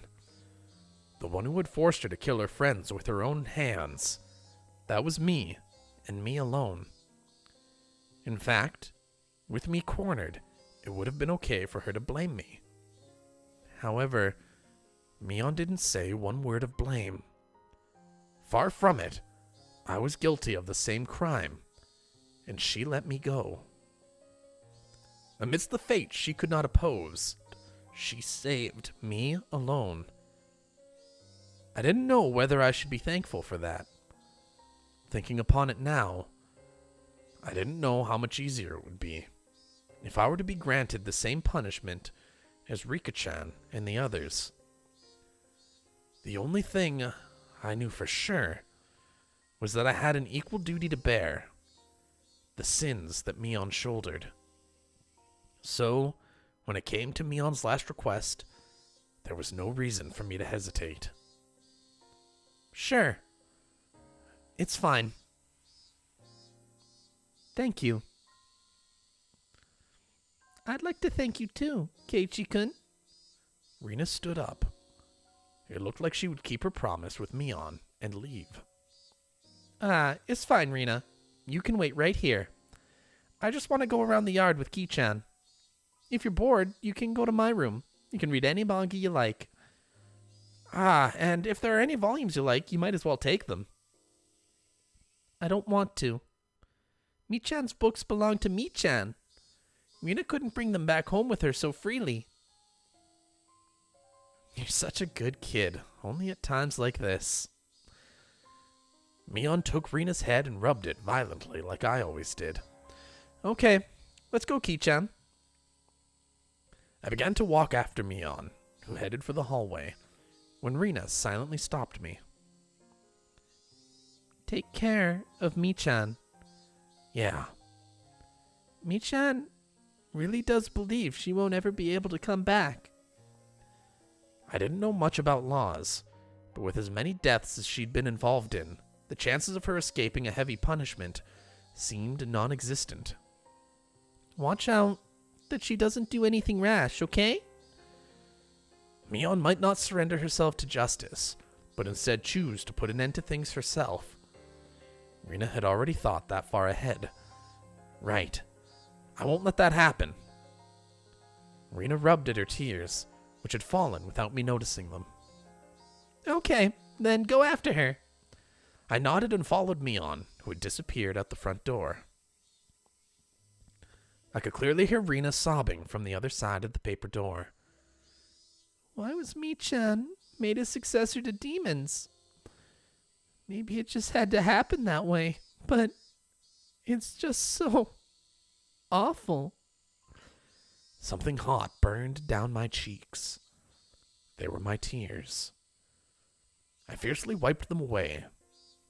This was the last of my time I could offer to Mion, so I absolutely didn't want to let her see my tears during it. Mion was already waiting outside the front door.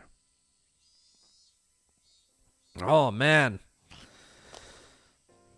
Heavy stuff going on here. I love these characters so goddamn much. I adore them. I cannot get enough about any of this. I put on my shoes, tapped my shoes against the floor a few times, then left, and Mion timidly came over. Why is she turning all red at a time like this? Can I hold your arm? It was such a modest request. I don't mind. With my permission, her face lit up with glee, like a child being given a toy, and took my arm. Do you get kind of nervous with your arm through mine? You're not thinking, for example, that I'd suddenly put you in a world-class joint lock or anything? You two say the same things. I don't think that. At all. Back when nothing had gone wrong yet, during those nostalgic days of the bustling commotion at Angelmort, I counted back and was amazed. It had only been 1 week ago. I had been arm in arm with Shion then, too. Linking arms with Mion like this really reminded me that they were twins. How much strength they put into it, the sensation of their arms, their warmth, and the blood flowing. I could feel that their living sensations were all exactly the same. I think Shion liked you, Ki-chan. I see. If this were a regular conversation, I might have jumped back, red in the face. Right now, though, no matter what I heard, my mind remained at peace. Mion and Shion. You got along well, didn't you? Well, I wonder. Ki-chan, do you think your right hand and the left hand get along? Huh? My right hand and left hand? I don't think you could describe them as getting along or not. That's how our relationship is. You can't measure it by the scale of how well we get along. That didn't sound like it meant they got along really well. For example, one of your hands is dominant, so there will always be a better hand. If you only had one oven mitt, you would put it on your dominant hand without thinking, right? I think maybe it was like that for us. That doesn't mean, though, that anyone would be okay with losing their left hand. It's that kind of unexplainable relationship. I think that maybe you live too close together and just stop being able to see it, but I think that means you get along really well. I'm an only child, so the day before the festival, I was really jealous of when you and Shion were messing around with each other. I think you're jealous of something that doesn't exist. Yes, we twins used to have a lot of fun playing tricks on people, but now that we have such distinctly different personalities, it just gets in the way. Were they cursed, or were they self-conscious? Their relationship was hard to understand for an outsider. Maybe that wasn't an issue someone like me should intrude on. Just staying silent and nodding gently was the best way to advance the conversation.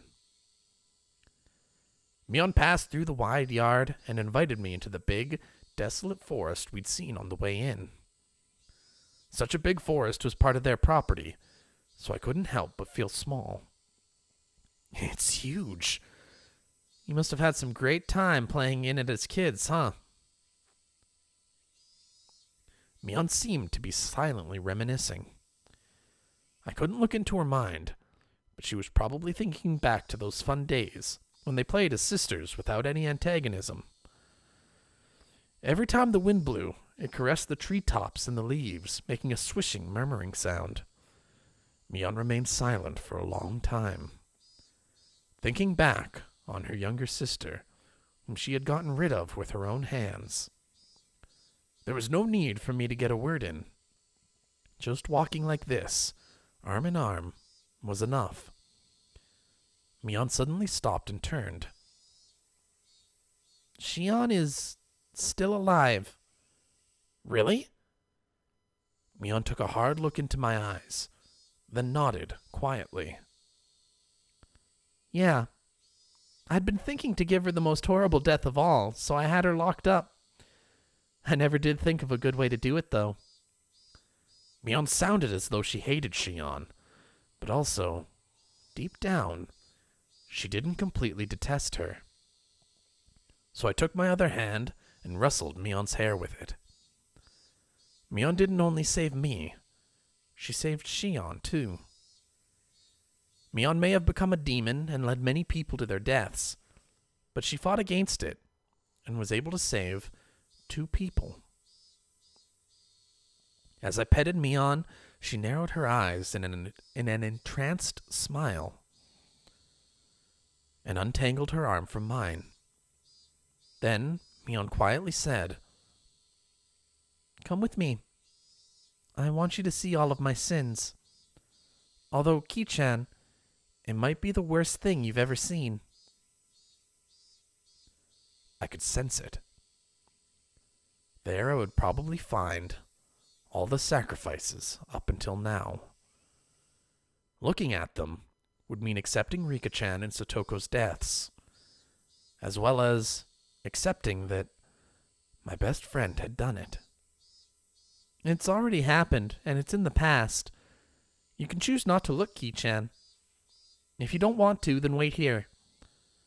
I will personally end everything. I was taken aback by how ominous that sounded. I remembered what Rina had told me. Mion might not surrender herself to justice, but choose to put an end to things herself. I couldn't leave her on her own. Besides, I agreed to her last request, didn't I? Even if it was hard for me to accept, I'll still do it. Even if I avoid looking, it was something that had already happened. It doesn't matter what I see. Yes? Mion Sonozaki is the best friend I could ever have.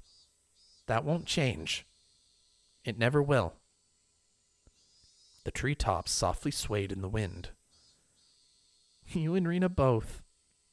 Why do you only get really cool at times like this? Normally I'd say something rude right back at her, evading the question. But today I didn't.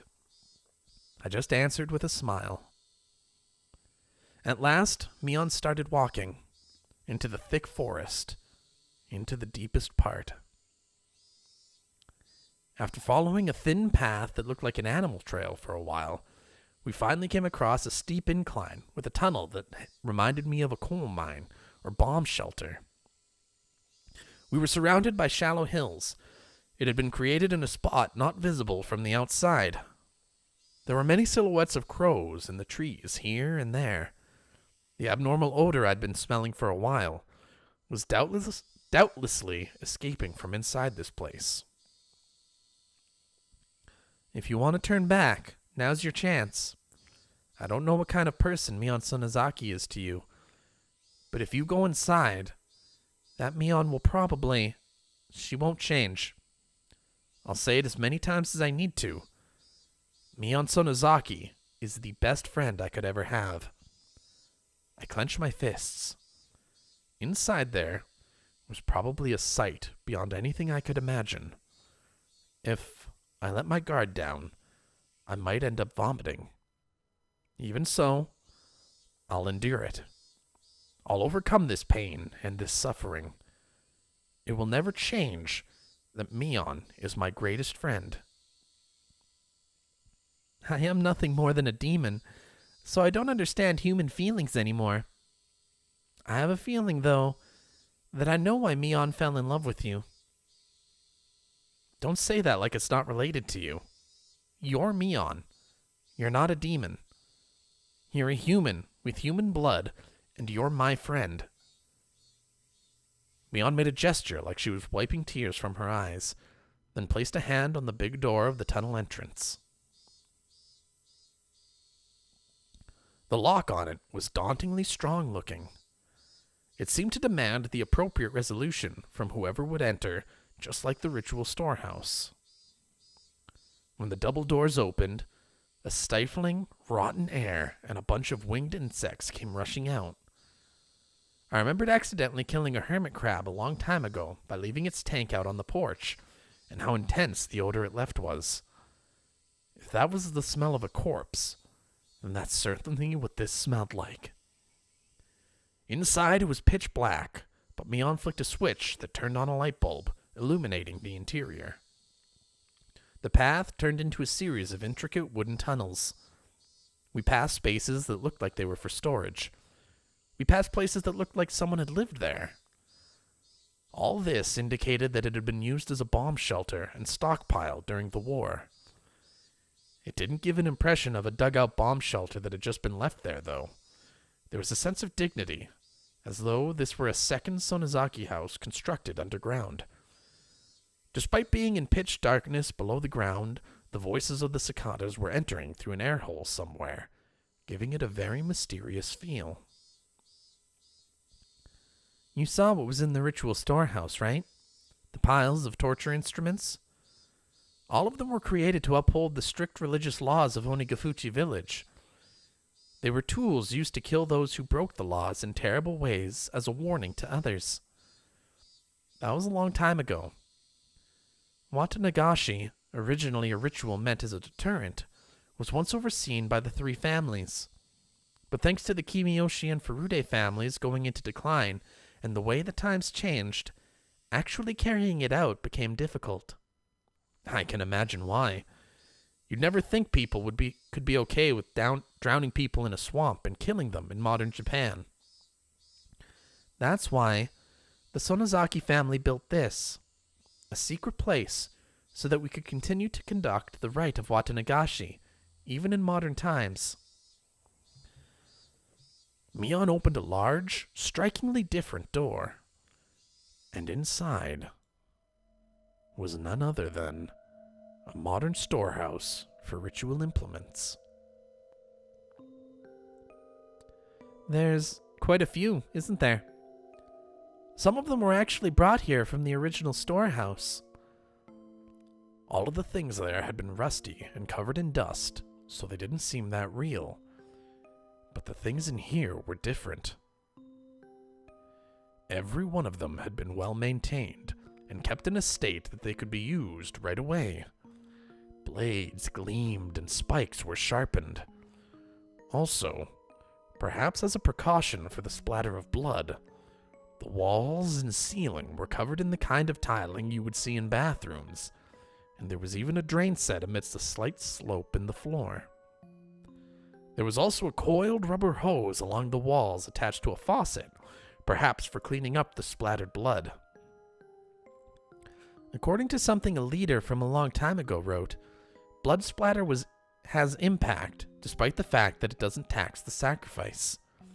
Watanagashi was meant as a deterrent, after all. My ancestors thought up all different kinds of things to show off.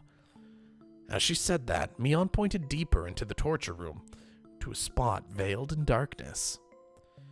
There was surprisingly a room floored with tatami mats, and in the corner was a pile of cushions.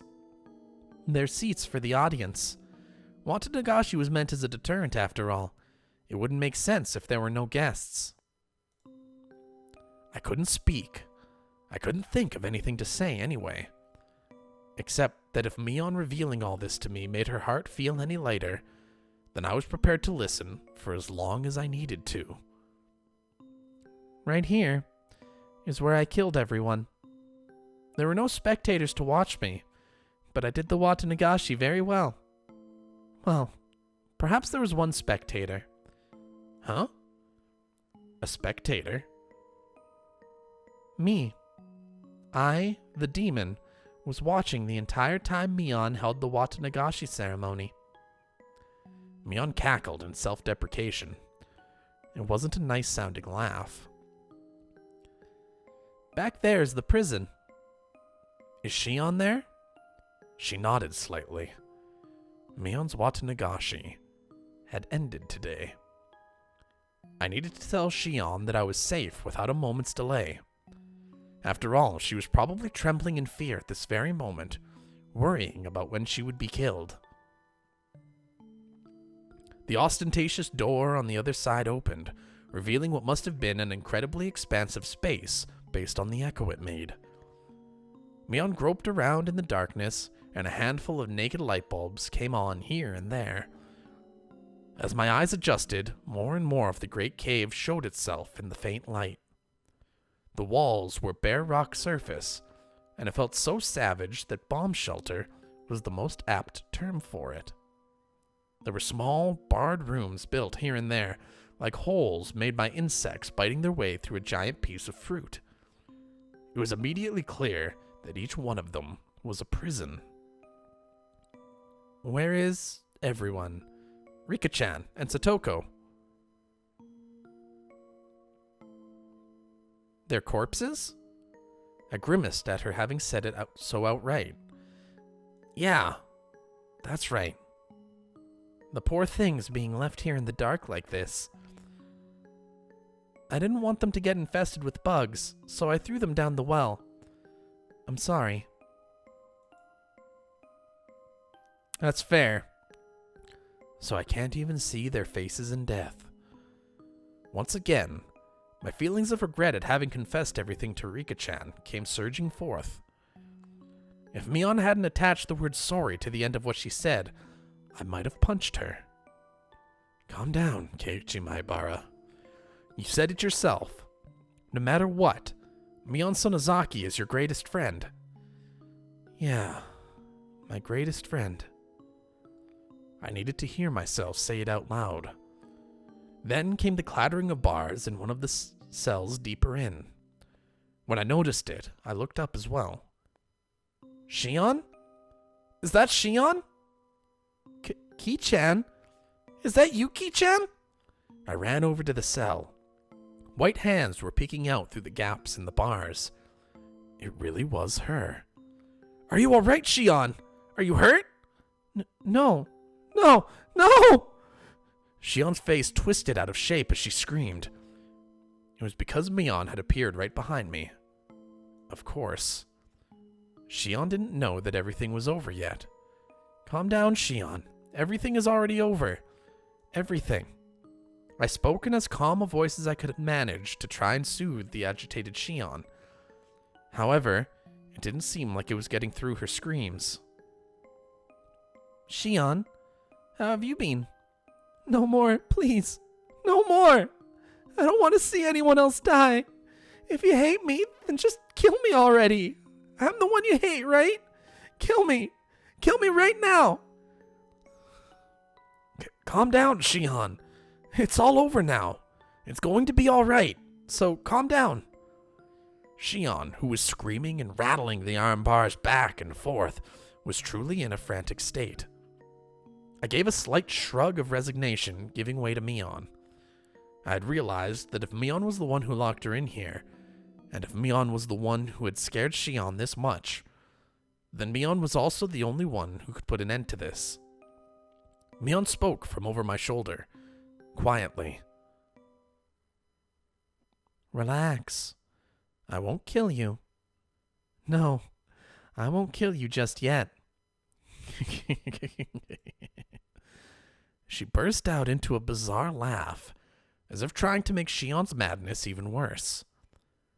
Shion broke out into a fierce shiver, brought on by that laugh, and rattled the iron bars as she wailed, Please stop! Don't kill Ki-chan! Ki-chan has nothing to do with this, does he? If you're going to kill someone, then kill me right now! I don't want anyone else to die! If you want to die that badly, then after I've killed this man, I'll take my time making mincemeat out of you. In accordance with the ancient rites, I'll do it slowly, starting with your extremities. I'll shave you down and mince you. I had that mincing machine set up specifically for you, after all. Or would it be funnier if I were to mince up Ki-chan in front of you? Hey, quit it already. What do you have to gain by scaring her at this point? No! Ki-chan, run away! I tried to rebuke Mion for flinging terrible words at her this late in the game, but when I turned around, Mion's mouth, so much so that it was hard to believe, had twisted into a shape even thinner than a crescent moon. It was a smile. I could sense it like a jolt of electricity. The person here wasn't my best friend Mion. It wasn't the Mion Sonozaki who had been tossed out by her heavy duty of succeeding the Sonozaki family either. Then, who was she? Ba-bam! I saw sparks flying before my eyes, like what happens when you get hit in the back of the head. The strength in my body drained instantly, and my head suddenly became heavy. My knees buckled under the temptation and hit the floor. Then, my whole body abruptly collapsed. My face should have hit the floor, but it was comfortable, as if I had fallen onto a down-filled futon. My consciousness reeled, then receded. It was the kind of sensation, like if you took a nap in the car, but you were still half awake and could listen to your parents talking as if they were far away. No, you wouldn't be listening. You would only be hearing it. It was happening so far away, and the conversation was completely unrelated to you, so you would have no interest in it. So whether Shion was yelling in my ears or Mion was in vulgar hysterics, I didn't think it annoying, nor did it interest me. Now then, I wonder how I should go about preparing you. Oh yes, what do you think of a bed of nails? I tested it on those two little brats, but their hands were too small for the restraining table. Let's do that! Let's do that! Mion held me up from behind and dragged me across the floor. The soles of my feet scraped on it, and one of my shoes fell off. No! Please stop, sis! Please stop! Shion's emotions exploded outward, and she burst into bitter weeping. As if her crying had whetted Mion's interest, she flung me down, and returned to the prison cell again. My, you sure can cry with a cute voice, can't you? Your unnatural bravado was making my skin crawl, but this definitely suits you the best. Mion, my big sister, I beg you. I don't care how you choose to kill me, but please, at least let Ki-chan go. I'm begging you. Shion has always acted as though she were a cut above her older sister. That Shion, in such a miserable voice that I couldn't have imagined it during those peaceful times, prostrated herself before the older sister she used to scoff at and pleaded forgiveness.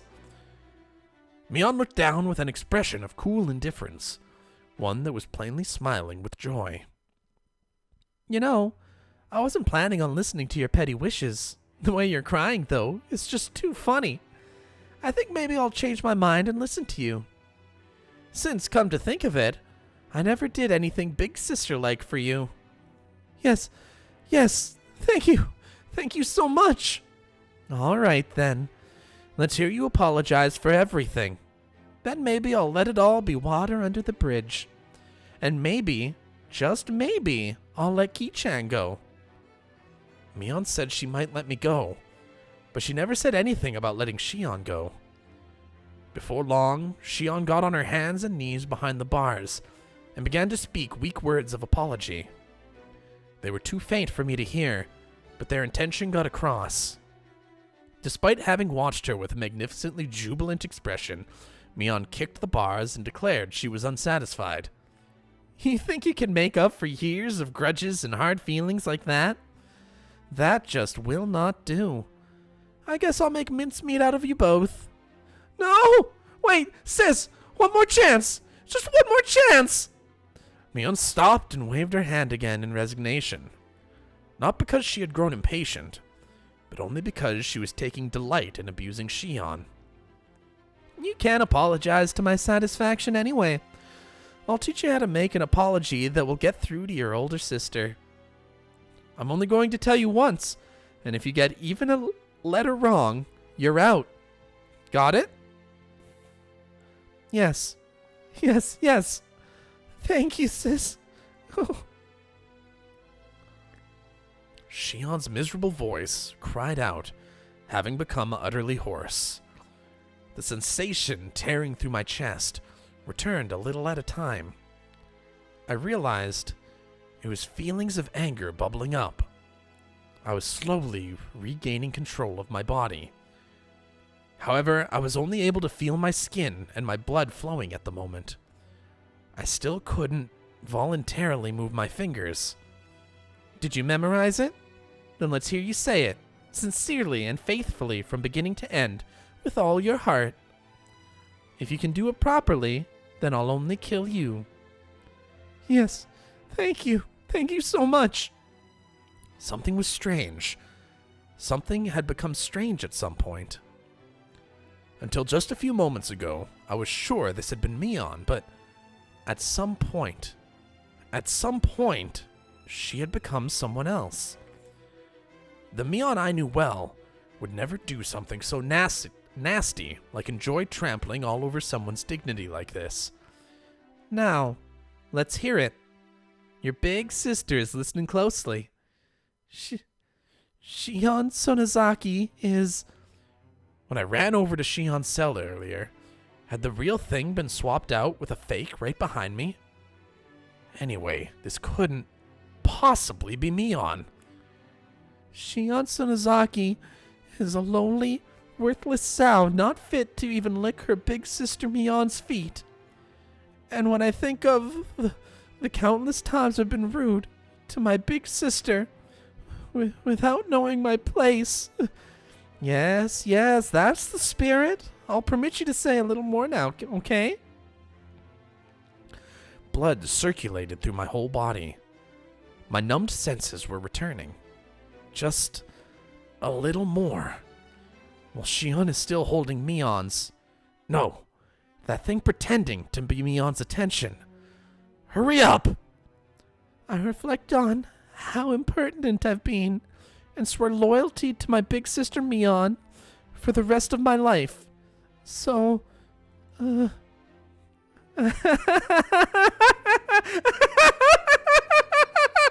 Mion's burst of laughter echoed through the big cave, growing to a terrifying level. That was not the laugh of someone who was alive in this world. It was none other than the laugh of a demon from the bowels of the earth. She laughed from her stomach until she grew tired of it and stopped smiling suddenly as if snipping a wire. All right already. That was funny enough for me. I didn't think you'd throw away that much of your pride. That was plenty enjoyable. Mion began to drag me again after I finally got the feeling in my body back and pulled me towards the torture chamber. Sis! Only kill me! Please! Forgive him. Don't worry, all right? I'll be sure to kill you real good. After letting you get an earful of Ki-chan's screams, that is. No! After dragging me to the torture chamber, she skillfully strapped me into the restraining table. Before I knew it, I was sprawled out and bound.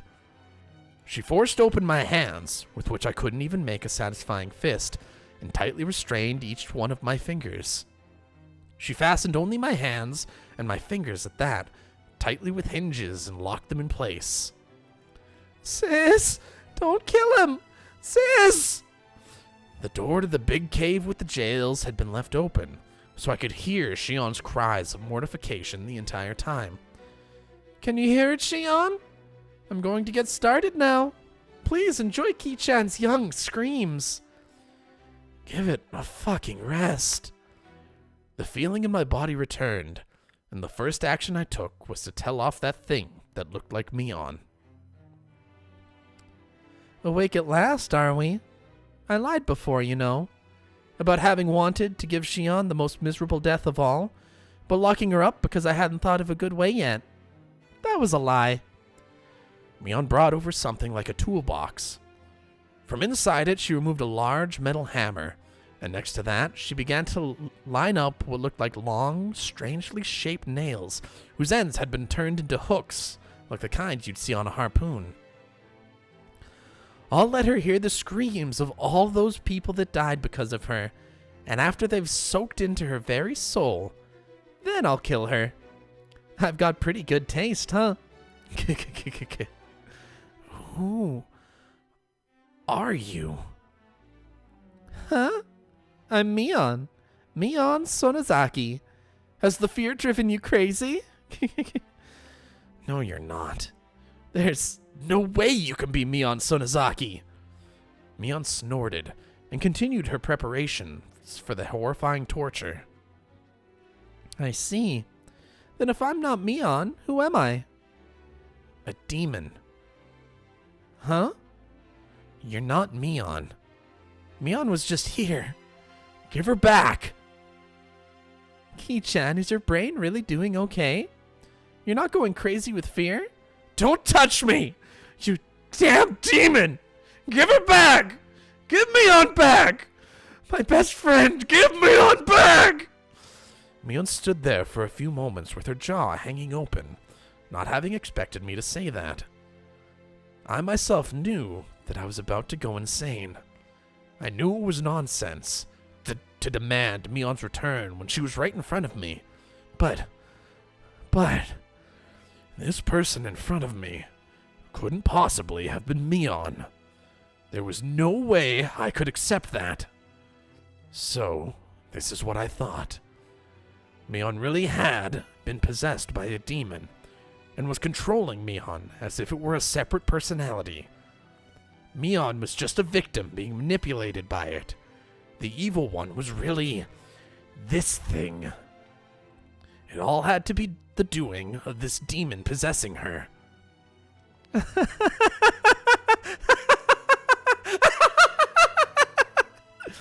When Mion heard that, she started to guffaw, laughing so hysterically that she started to cough and almost choked. You really are a piece of work, you know that? In this very moment, Mion Sonozaki is trying to kill you, and you're trying to reject me? I never knew there was such a funny person in all the world. If you want to laugh, do it all you want. No matter what you say, though, I won't accept that you're Mion. Give her back. Away with you, demon! Ki-chan, are you trying to kill me by drowning me in my own tears? No matter what, I wouldn't lose to that laughter of hers. I shouted loudly. I shouted from the bottom of my heart so that the real Mion, trapped inside the Mion I saw in front of me, would be able to hear.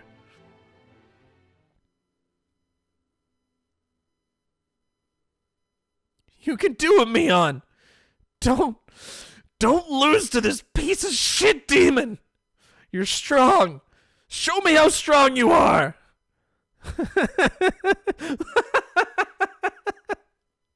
The tears welled up and flooded down her face. Her hands were busy with the restraints, so she couldn't even wipe them. She just let them flow.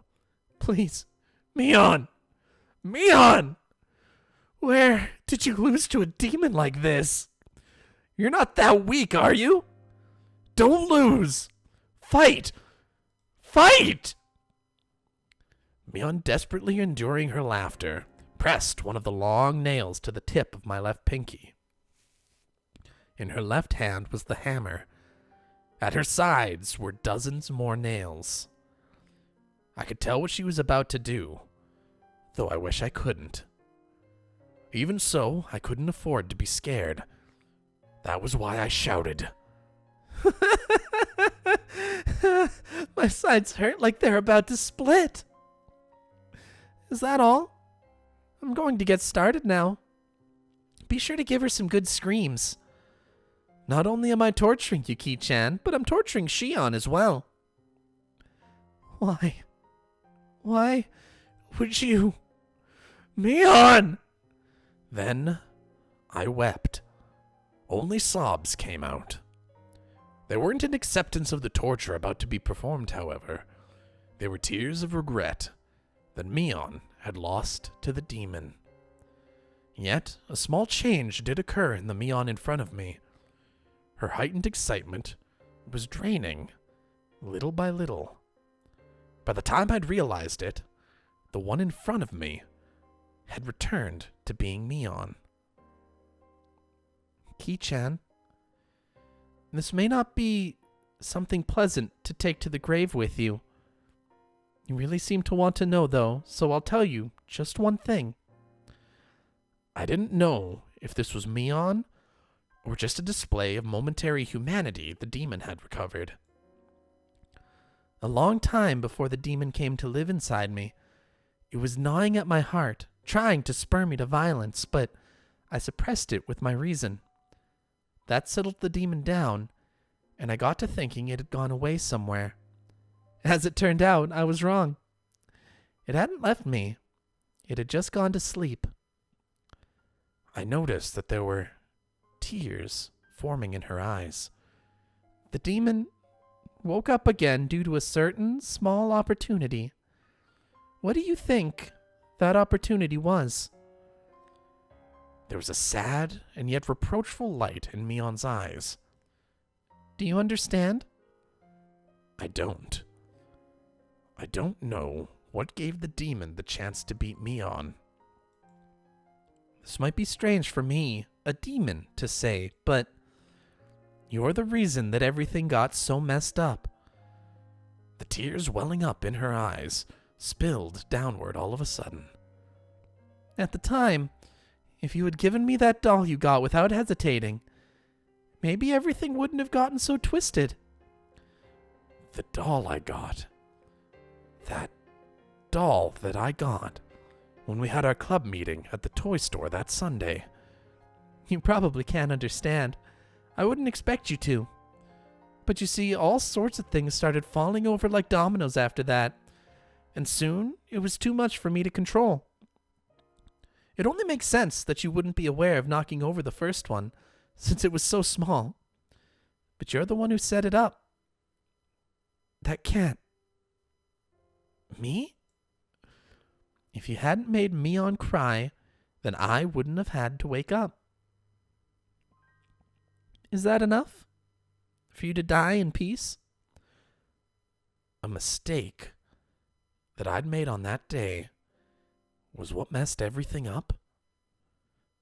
That can't be, can it? It only makes sense that you wouldn't be aware of it. Even so, Ki-chan, you are without a doubt the cause. If you had nonchalantly given me the doll that day, then I don't think this would have happened. I wanted to say like I just remembered something, as I recalled that day. Rena had told me about that, and I thought I had apologized. I didn't apologize to Mion, though. It had been Shion. In other words, oh God, I hadn't said a single word of apology to Mion. Today, I came this house saying I had something to apologize for, but I never said a word of apology about this. Come to think of it, when I apologized for going into the ritual storehouse, Mion looked a little bit lonely, like she was disappointed. Why didn't I realize that until just now? Rena told me at the time, and now she herself... No, the demon was telling me. Is the only way for a dense idiot like me to be cured to die altogether? I could no longer hold back the hot tears from pouring out of me. I simply just cried and cried, and reflected indifferently on the taste of my tears, on the taste of regret. Can I start now, then? This method of torture is very simple. I'll nail one of these to the joint on the end of your left pinky finger. Then I'll nail each one in order until I get to your thumb, and then I'll go back to your pinky and nail one into the joint in the middle. So on and so on until I hammer 15 nails into your left hand. When that's over with, I'll do your right hand next. After that, if you're still conscious, I'll tell you. There are a lot of nerves bundled in your fingertips, so it hurts far more than you could imagine. Some people apparently pass out before you finish hammering 30 nails into their hands, so... Mion pressed the tip of a nail to my left pinky finger. My wrists, my arms, and all the joints of my fingers were strapped in so tightly it hurt, and I couldn't even twitch. I didn't hesitate at all when I was torturing the others. Why do I hesitate now? If this will satisfy your demon, Mion, if it will sate the demon, then do to me what you will. Are you serious? Compared to how much I hurt Mion, this is nothing, right? Do as much as you want. In exchange, promise me 2 things. Mion was silent. She did, however, wait for me to speak. After you're satisfied with causing me pain, forgive Shion. She's been punished enough to make up for her crime of sneaking into the storehouse, hasn't she?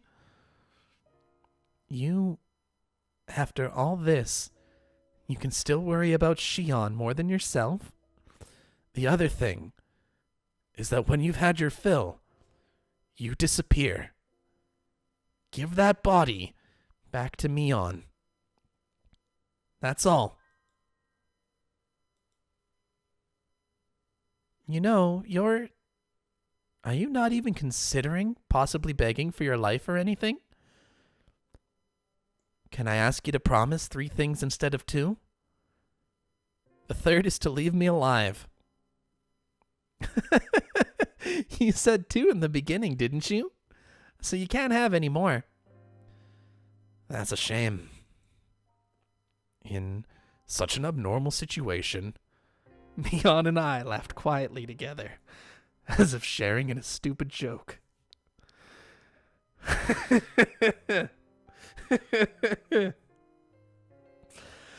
Oh, fuck me, man.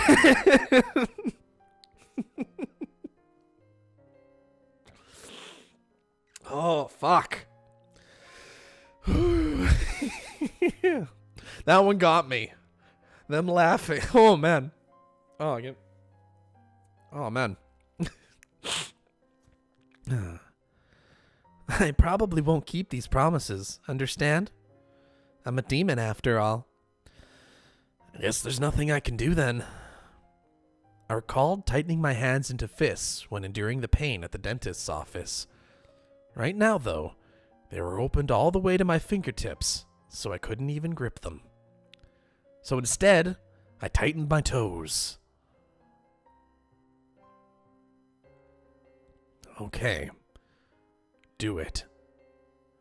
I've prepared myself already, so do it. You waiting like this to hammer the nails in is scarier.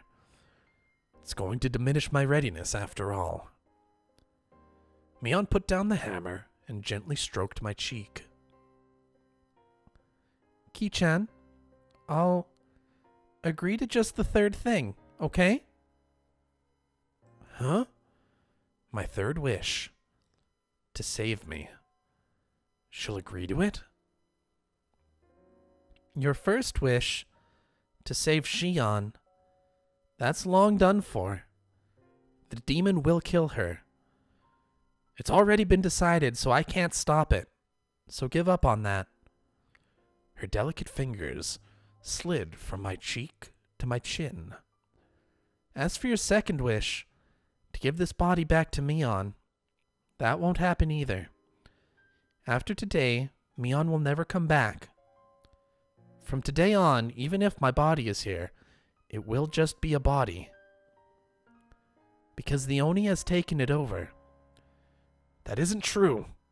Mion is Mion. Don't say such sad things, like that she won't ever come back. Can you hear it? That sound. Mion gently closed her eyes and listened. I definitely heard it as well. Slam. Slam. It was a dull noise that repeated at fixed intervals. A low noise accompanied by vibrations. A lot of people were ramming the iron doors to this underground ritual storehouse. You're late, so Rina probably called Uishi. That spaced-out girl being so quick-thinking was the only thing I didn't anticipate. I'll agree with you there. Mion grinned like she'd been outwitted, then took something that looked like an electric razor out of her pocket. When she pressed the switch, pale blue sparks flew out with a snapping noise. You've probably never seen one before, right? It's a real stun gun. It's illegal, and its output has been increased quite a bit. Was that what you hit me with before? That's not a toy children should be playing with, you know. You're right. She seemed to want to use the stun gun on me. Unable to move, I felt her press the cool lump of metal to my neck. Slam! I heard a roar, as if they'd broken down the first large door. The halls were a bit complex, but aside from the door to this very torture chamber, there was nothing in their way. I won't kill you, but I will have you go to sleep for a bit, Ki-chan. Uishi will be here soon. This will only hurt a bit. Feeling the same shock as before, gritting my teeth wasn't going to help much, but I clenched them tightly anyway. However, just as she did when she was about to hammer the nails in, she hesitated a little. I cracked open my tightly closed eyelids. I'm sorry for disgracing Mion. I made a promise before coming in here. Whatever happens, the Mion inside my heart won't change. Look, forget about that. If you ever see me after today, don't come near me. By then it will be the demon that inherited my corpse. What are you talking about? Just as I tried to say that, a much stronger light than before shined, and like a television being switched off, my consciousness went black.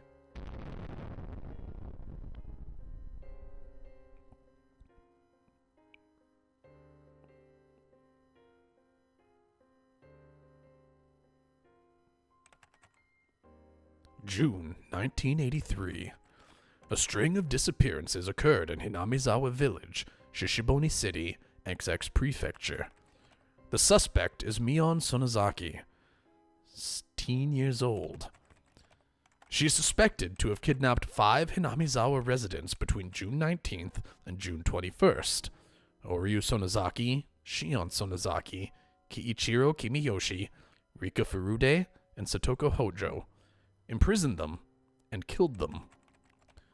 Preliminary investigations on the incident were delayed at the time due to insufficient evidence, but it was resolved coincidentally and shockingly.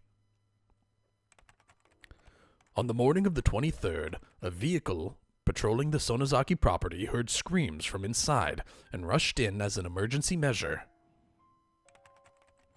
They secured the suspect's missing younger sister, Shion Sonozaki, and her 2 missing classmates, Keiichi Maibara and Rina Ryugu. The suspect fled the scene.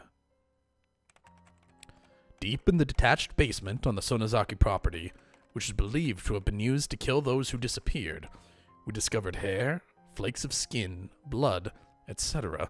of the other 4 missing persons, Oryu Sonozaki, Kiichiro Kimiyoshi, Rika Furude, and Satoko Hojo. We concluded that the missing persons were tortured in the torture chamber. However, their remains have still not been found. At one of her imprisoned classmates' advice, we continued searching the detached basement of the Sonozaki property, which was where they were imprisoned. Believing that they were there, however, we still have not located them or the suspect's escape route. In addition, investigations are continuing as to her participation in the serial freak death incidents of recent years, thinking it would give some clue. But no evidence that Mion Sonozaki was involved, either directly or indirectly, has been found.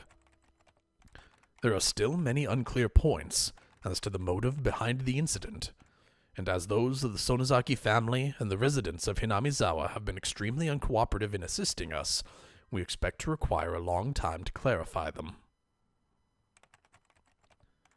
The opinion of a local officer knowledgeable about the region is that this may have been a lynching, an internal form of punishing sacrilegious acts carried out against the beliefs of Hinamizawa Village. It is clear that these incidents are particularly rooted in this region, and the prefectural police department has ordered a cautious investigation.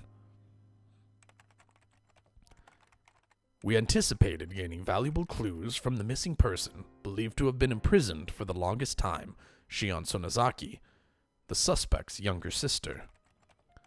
But her mind was stricken by the grave after effects of the incident, and she has not been in a state of mind to properly answer any questions about what she knows. The psychiatrist concluded that she is in a temporary state of shock, but it doesn't seem hopeful that she will recover today either. Only a few days passed since that time. After that, I was rescued by Oishi-san and his subordinates, whom Rina had called in. Aside from my entirely blank state of mind, I had no external injuries. The most I had was the small burn mark from where the stun gun hit me. As I was having a checkup in the hospital, Oishi-san asked me all sorts of things, but I don't really remember what he asked, or how I answered him. From what I heard, surprisingly, Mion still hadn't been captured.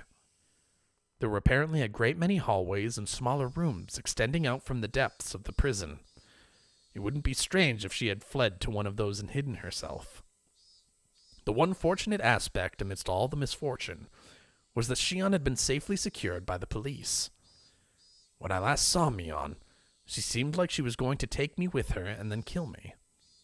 She probably didn't have enough time to, though, since Oishi-san came running in faster than she predicted.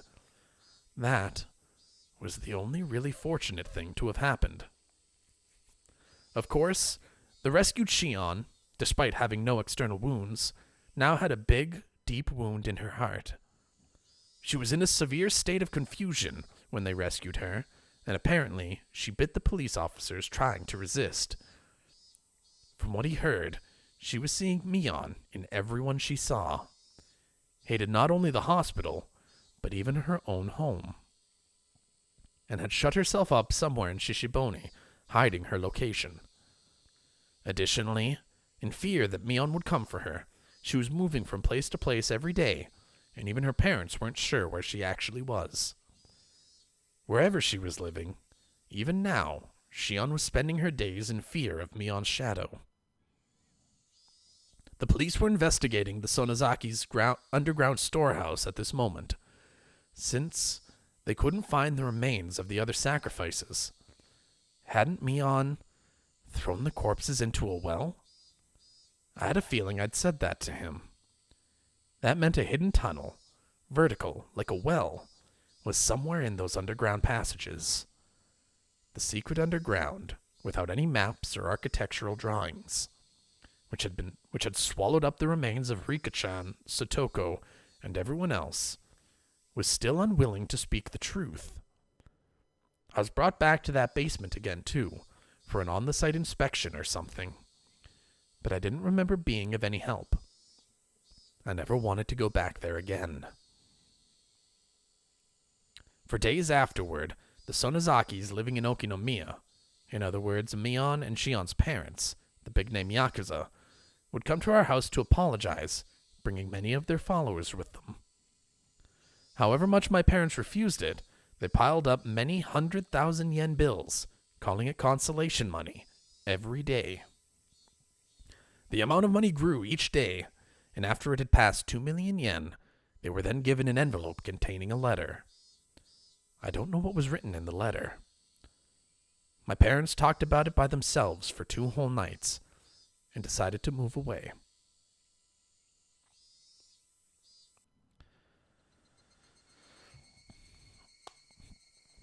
I see.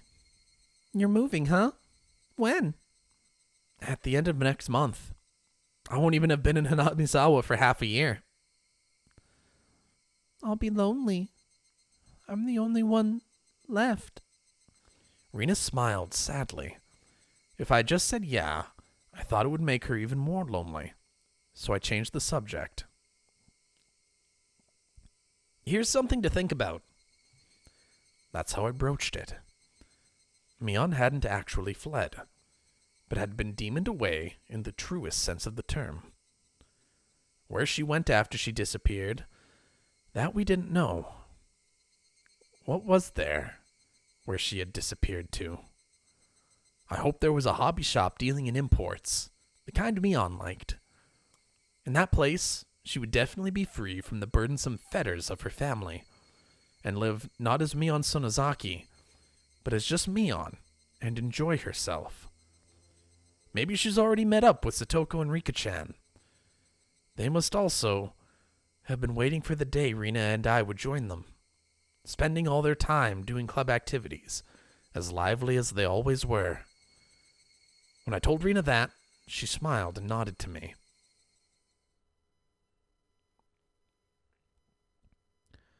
The incidents the Sonozaki family had been trying so hard to hide, too, were exposed to the magazines from their single tiny seam. The serial incidents of years past were all pulled up like a long vine in the ground, one by one, and for many days, news of it was brought up on talk variety shows. The shows, which were comedic and silly, never once tried to touch upon the grim, heavy history that Mion had been bearing. It made me mad to see them bringing this stuff up in jest, but there was nothing I could do about it now. How big an impression would these short few weeks I spent in Hinamizawa have on my life? During these few weeks, I met my best friends and had the best experiences of my life. I would probably never forget it for as long as I lived. As for the distorted image of Mion that the media created, after the masses got tired of treating her like a plaything, they would ball her up, throw her in the trash, and then she would fade from their memories. As one of the few people who knew the real Mion, I must always make sure I remember her. Beyond any doubt, that will surely become my offering to her. The sky reached so far up, and towering cumulonimbus clouds floated through it. The real summer was just before our eyes.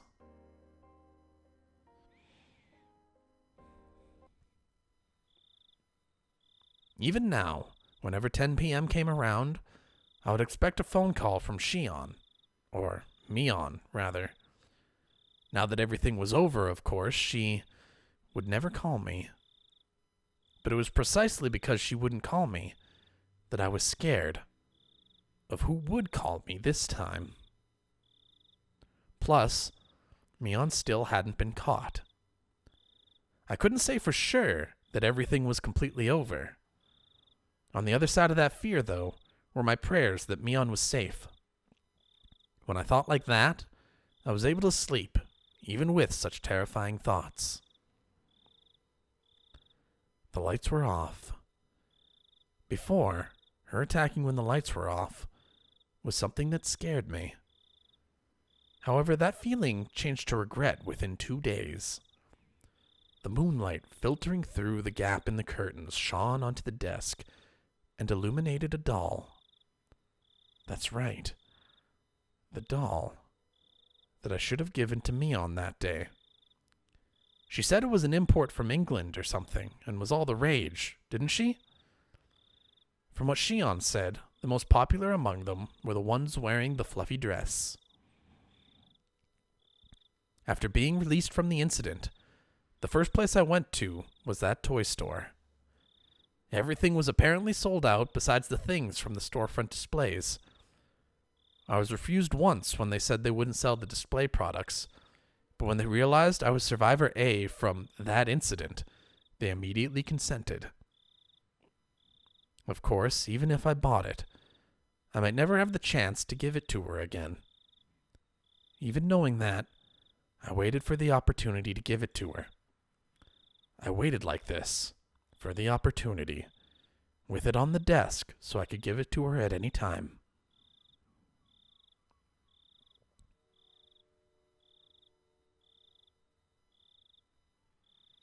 Plunk. There was a weird noise. It was a noise I wasn't used to hearing. It was too big to be raindrops. It was completely from the sound lost bugs make when they ram into fluorescent lights. I figured I must have misheard and nestled back into my futon. Plunk. The noise happened again. I wasn't hearing things. I definitely heard it. Where was it coming from? I got up and turned on the light. If there was a second, there would be a third. From where, though? I listened carefully. Plunk. The window. Some sort of pebbles were colliding with my window. When I realized they weren't being blown there by the wind, but rather being thrown by a person, I gave a start. I looked at the clock. It was 2 a.m. Who would it be at a time like this? I quietly peek out front, through the gap in the curtains. In the light at the gate, despite it being so late, I saw someone. They picked up a piece of gravel and threw it at this window. It hit the window and made a plonking noise. Who was it? Ah! I caught my breath in surprise. If my eyes weren't deceiving me, that person was Mion.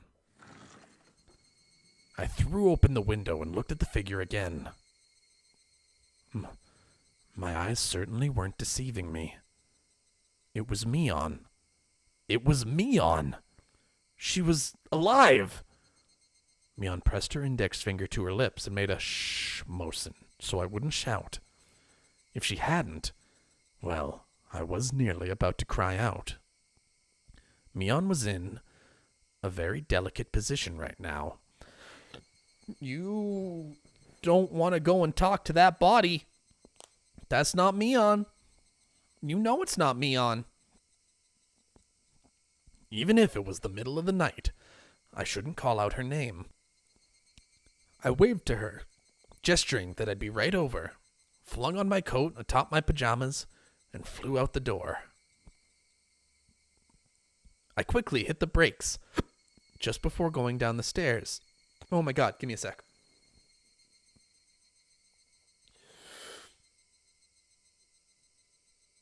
I don't know why I have the hiccups, but we're getting rid of that shit right now.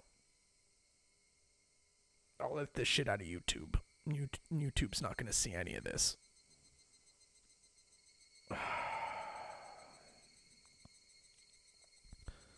Although happiness was sprouting within me, I had the sad feeling that this would be our final parting.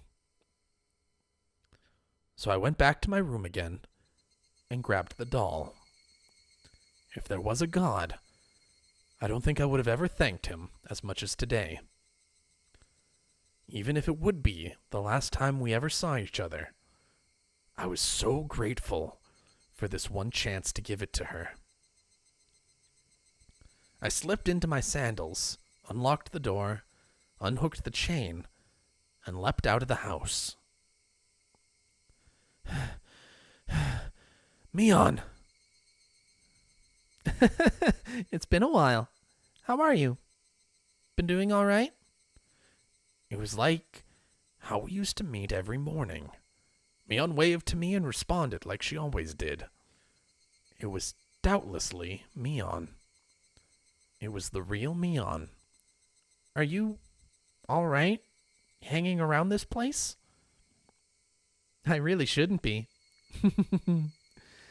She certainly wasn't acting like she knew the police were following her. It was almost like she was a patient who had gotten tired of staying in the hospital and had snuck out. Her speech was relaxed enough to make me think that, and I couldn't help but be surprised. That relaxation, I thought, was more like Mion, and I was happy for it. Anyway, what's wrong? What do you need at this hour? I wanted to talk to you one last time. That was when I noticed them. On Mion's forehead were big droplets of sweat. Her expression, too, which I had thought to be a satisfied smile, was, upon closer inspection, trembling slightly, and I realized that she was forcing it. Well, I can't stay for any longer. A pained note was beginning to enter her words as well. as if just smiling was a feat for her. Are you all right? Are you not feeling well? I tried so hard until now. But I can tell. I'm done. This is my limit. They're about to come up behind me and take me away. Mion's smile crumbled and started to stiffen. Did she push herself this much to come all this way from me?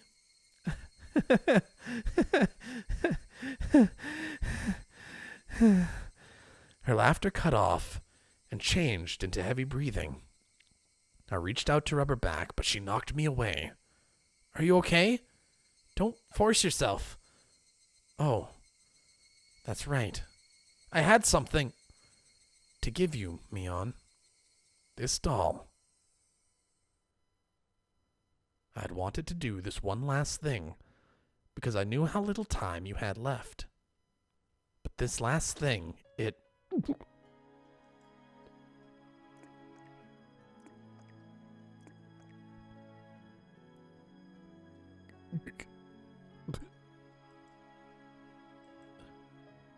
My stomach is burning. Mion took a meat cleaver-like knife and stabbed me and pushed it in tight and took it and twisted it. Mion? Hey, what? It hurts.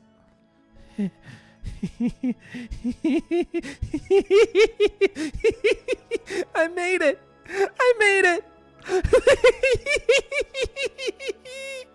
I cowered on the ground. My stomach was so hot, it was almost spewing fire. Mion watched it, then took a few steps back and cackled. I've done it! I've done it all! That's everyone I wanted to kill! The last words Mion left me with that day came back to me. After today, Mion will never come back. From today on, even if my body is here, a body is all it will be. By then, the demon will have taken it over.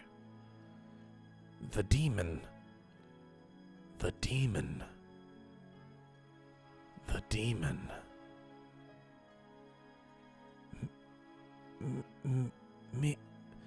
Mion. This can't. I thought we had finally been able to meet. This can't. Mion. In a pool of blood of my own design is the doll I bought for Mion. Dyed in red. So red. Mion.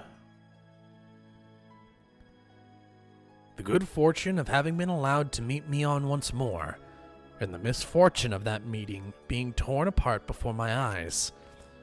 Should I be grateful or curse it? My emotions were neither of those, as my consciousness sunk deep into a black swamp. The doll I bought for Mion, the blood had ruined it. No matter how I scrubbed and scrubbed, it had needlessly been ruined. Ruined.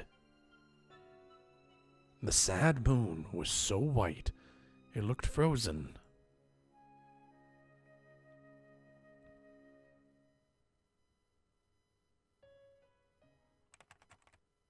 June 28th, 1983. A violent incident occurred in Hinamizawa Village, Shishibone City, XX Prefecture. The victim was Keiichi Maibara, also a victim of the previous string of disappearances. At around 2 a.m., he was stabbed in the stomach with a bladed object by the suspect of the last case, Mion Sonozaki, and was gravely wounded. He was discovered when his parents woke up, and was then transported to the clinic. He escaped death The criminal fled the scene. On the same day, at approximately the same time, a fall accident occurred in the Kamiishiki apartment complex in Shishiboni City, XX Prefecture. The victim was Shion Sonozaki, also a victim of the previous string of disappearances. Later on the same night, neighbors overheard her having a big fight with someone and informed the manager. The manager used a master key to enter the room and discovered that the victim had fallen from the 8th floor balcony to her death. The room had been torn apart and appeared to show traces of a fight. One neighbor has frequently visited the Sonozaki house for a long time and testified that he heard what sounded just like the two sisters having a fight, trading insults back and forth. We believed this was related to the injury case that occurred the same day in Hinamizawa village, perpetrated by said incident's suspect, and did a thorough search of the room, but we could not find any traces that would imply that anyone but the victim was present. The victim fell straight down into the foliage of a parking strip. Her neck broke, and she died immediately. Her clothes were disheveled and had markings that would imply a scuffle. We also believe, however, that it could have been an insanity-induced suicide attempt, based on the particular mental state of the victim after the incident. We are conducting a thorough examination on both fronts, suicide and homicide. Is that it? Is that how we're ending? Keiichi survived, Shion didn't, and we're just supposed to go on? Okay. Only for 5 minutes, understand? Please, try not to excite him. Yes, I'll be careful. Clack. The door opened, and as I expected, Uishi-san came in. One sec. If we're gonna be doing more Oishi, I need the throat lube. I was hoping to get through without it, but Oishi's here now.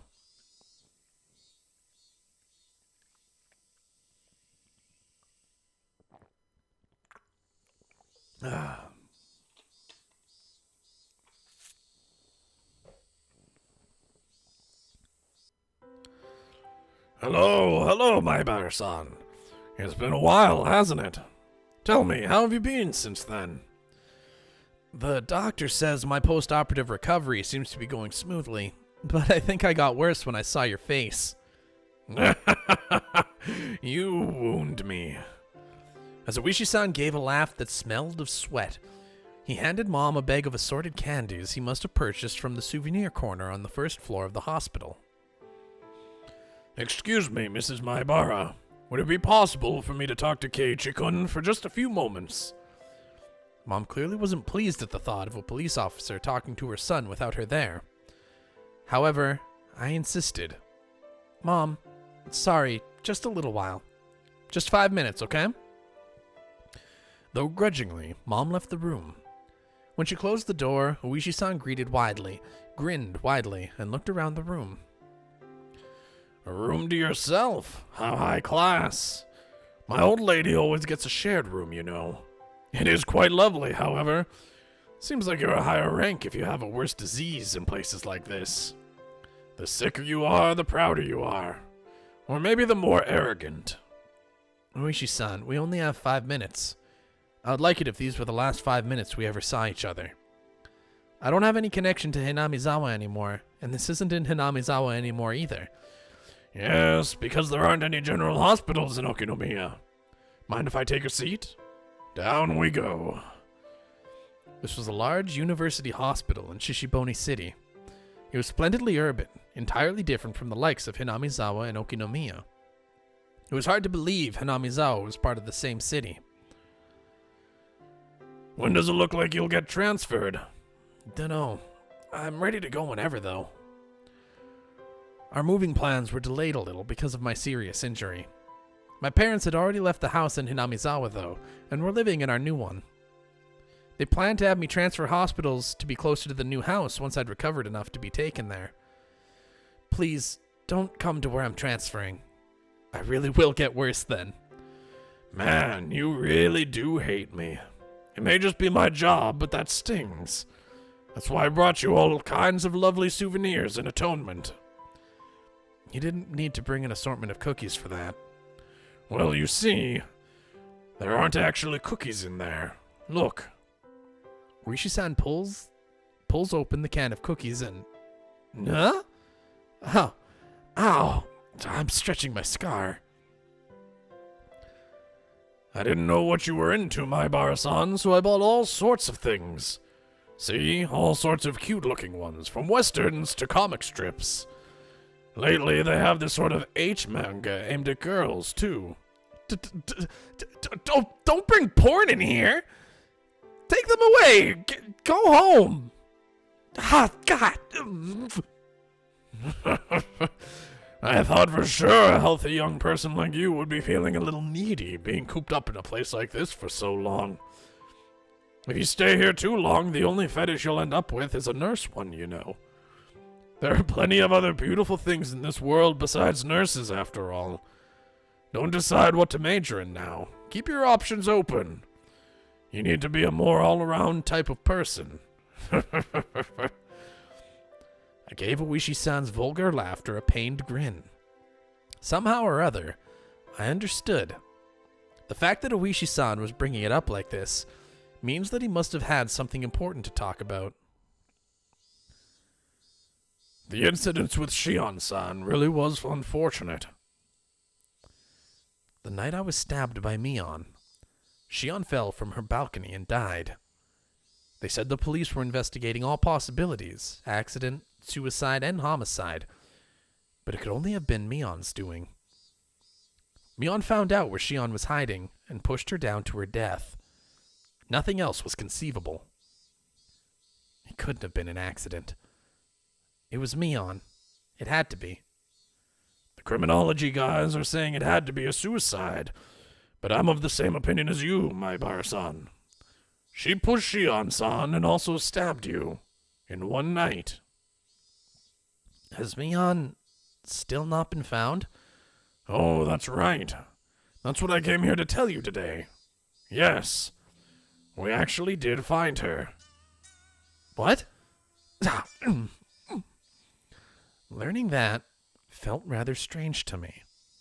I was partly relieved that the incident was truly over, and I was partly sorry that my best friend had finally been caught. I felt many other things, too. My heart was a maze of emotions. That's not all. In the Sonozaki House catacombs, we found a hidden well. Just as you said, my Barasan, we found the remains of all those who disappeared at the bottom. I see. That sliver of hope, that possibility I'd believed in, that Rika-chan and Satoko were alive, just from the fact their remains hadn't been found. Gone. It was incredibly well hidden in those catacombs. I mean, it was in the blind spot of another blind spot. It was a vertical tunnel, dug out like a well. There was a ladder set up there, and when we went all the way down, there was another tunnel built there going through it. When we followed it a few hundred meters, we found ourselves at the mouth of an old unused well in the mountains. I wonder if it was a secret escape route a previous Sonozaki family leader built. Probably was. Maybe it was made in the Meiji era. Still, I'm impressed they built something like that. So everyone's remains were at the bottom? Yes. Even deeper down than the escape path, there was a pool of coal tar. They'd been casually thrown into there. They had fallen from a fairly high spot, so their remains were totally buried in it. It took a lot of time and effort to pull their bodies up. Did you find them all? I hoped that they at least wouldn't find Rika-chan or Satoko. That's what I wished for when I asked, but my shallow hope was crushed in the blink of an eye. Yes, all of them. In fact, we also found human bones we think are over a decade old. We think there are at least 3 people. I suppose it's the dark side of Hinamizawa's history. I wonder how many people's bones we'll find when we suck out all the mud. It's a scary thought. That weight had been pushing down on Mion's shoulders the whole time. Mion. We've currently identified people who disappeared from Shishibone City decades ago. People are talking about how this opportunity might let us resolve the disappearing persons cases that have been abandoned. After a deep silence, he breathed a heavy sigh. Oishi-san went for his cigarettes to pass the time, but realized this was a non-smoking area, so he gave up and put them back in his shirt pocket.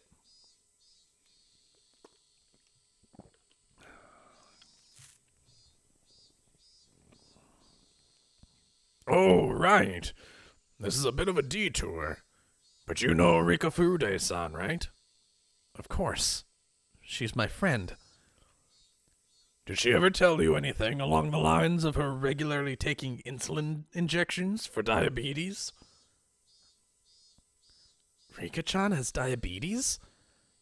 I didn't know what he was talking about. Actually, we found it in her skirt pocket. A syringe. It was destroyed, though, so we couldn't identify the medicine.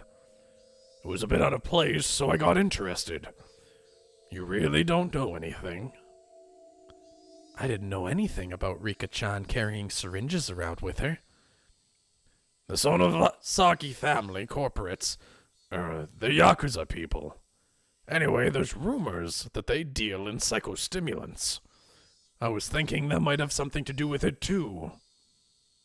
Are you trying to tell me that Rika-chan is a drug addict?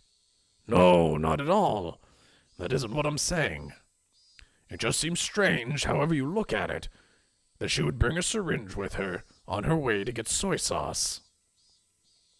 I have no idea what any of this means. My eyes were spinning. I feel sick. Are you all right? Should I call a nurse? I'm fine. Please, continue. Well, that's all I had to say about the syringe. It was the only thing that personally struck me as interesting. Rika-chan. Rika-san was sort of like the village mascot, after all. It looks like the village is in an uproar right now. Between the older blind believers and the Sonozaki family who killed her. The 3 families effectively control over the Oh, let's try that again. The 3 families' effective control over the village is basically in shambles, too. If someone came up to them with talk of a dam again, with this sort of timing, the entire village would be abandoned for sure this time. I'm not related to Hinamizawa anymore. I actually was. I just said it because the thought of Hinamizawa being abandoned was unpleasant, and I wanted to end the conversation quickly. There was a knock at the door. It opened slightly, and my mom asked if we were still talking. Whoops. We went off topic, didn't we? What a pickle. I looked at the clock. 5 minutes were long past. He told my mother that there was something he really wanted to ask, and if she could wait a little bit longer. Is that so? Keep it short, okay? There wasn't any getting around the fact that she was thinking about what a police officer could be talking to her son about. Maybe we should choose another day for this. Uishi-san? Mion. How is she right now? I wanted to just hear that answer and then get rid of him. Before I tell you that, I just need one thing from you. I just need you to answer something in all honesty. What is it?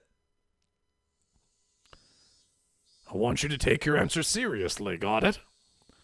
If you say something indiscreet, it could be viewed as an obstruction of the investigation, and you could be prosecuted. Uishi-san kept threatening me until the end. What the hell did he want? Maibara-san, who do you think the criminal was who pushed Shion from the balcony? There's no way it could be anyone but Mion, is there? Then who was the one who stabbed you? Please don't make me say it again. It was Mion. Mion Sonozaki.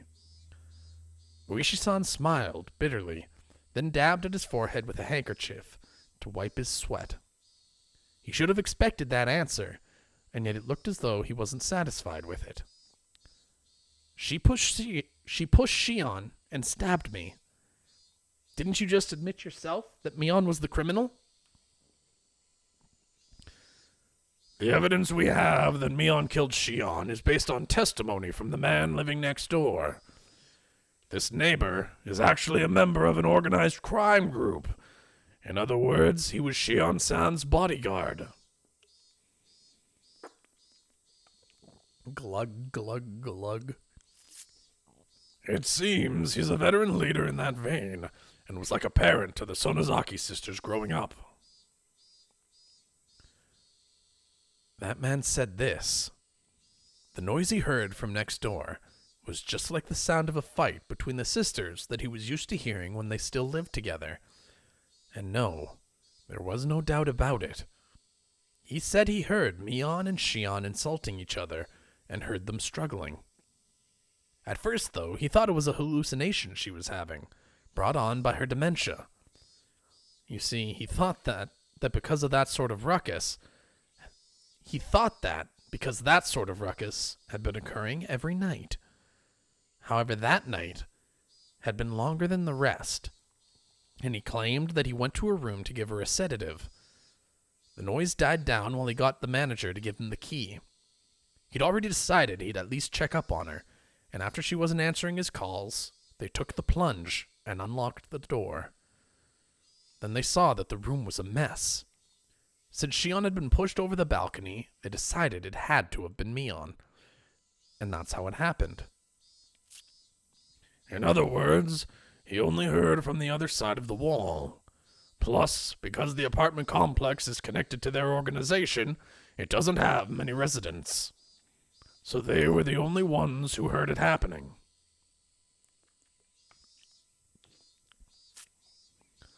To reiterate, there was only one person who witnessed Mion Sonozaki. Even if he didn't see her, isn't it obviously Mion's doing? Now settle down. This is what I'm saying. It means you are the only one who saw Mion Sonozaki for sure last night. After all, Shion-san, the other witness, is no longer alive. What are you trying to say? I don't really understand. At that point, Uishi-san paused. The fact that this was a no-smoking area completely slipped his mind, and he took out his pack of cigarettes again. Ka-chack! He lit one with his lighter, and exhaled a long stream of tobacco smoke. Were you really stabbed by Mion Sonozaki? Yes. There's no doubt about it. The smoke Uishi-san breathed out floated away, like a thundercloud swept away by the wind. Uishi-san, you can't smoke in here. The nurses will get mad. Actually, we found Mion Sonozaki at the bottom of the well, too. What? She fell to her death. We believe that as she was trying to escape to that hidden passage in the well, her foot slipped while climbing down the ladder. She fell to the bottom, broke her neck, and died. Yes. The same way as Shion-san. She broke her neck. Well... What? After you passed out that day, Mion Sonozaki tried to escape using the hidden well, but her foot slipped, and she died, as if beckoned by the corpses of the other sacrifices she dropped down there. But that doesn't make any sense, does it? The autopsy came to the conclusion that she definitely died on that day. She didn't go back there after attacking you and Shion-san. She was already dead by then. My jaw was on the floor. There was absolutely no way that could be. Mion was the one who stabbed me. It had to have been her. There wouldn't have been anyone else to do it. Then, who attacked Shion and me? Who was it? The one who attacked you was someone who was Mion Sonozaki, and yet not Mion Sonozaki. My mind had become a complete mess, and I was starting to lose my ability to think straight.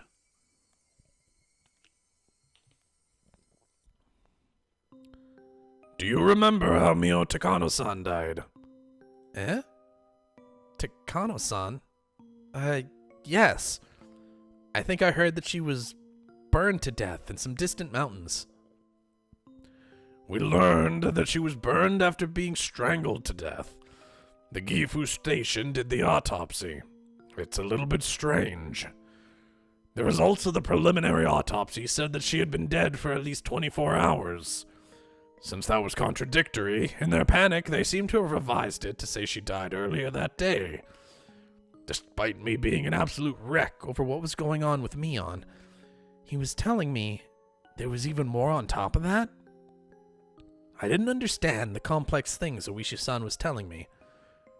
The result saying she had been dead for 24 hours, as our own old criminologist says, is pretty damn reliable. So then what would that mean? I've asked that question over and over. But on the night of Watanagashi, you were with Mio Takano-san, weren't you? I was. You also met her on the day before, while setting up for the festival, right? I mean, I ran into her too. Yes, I was with her then. If she'd been dead for 24 hours, then that would mean she was already dead the day before the festival.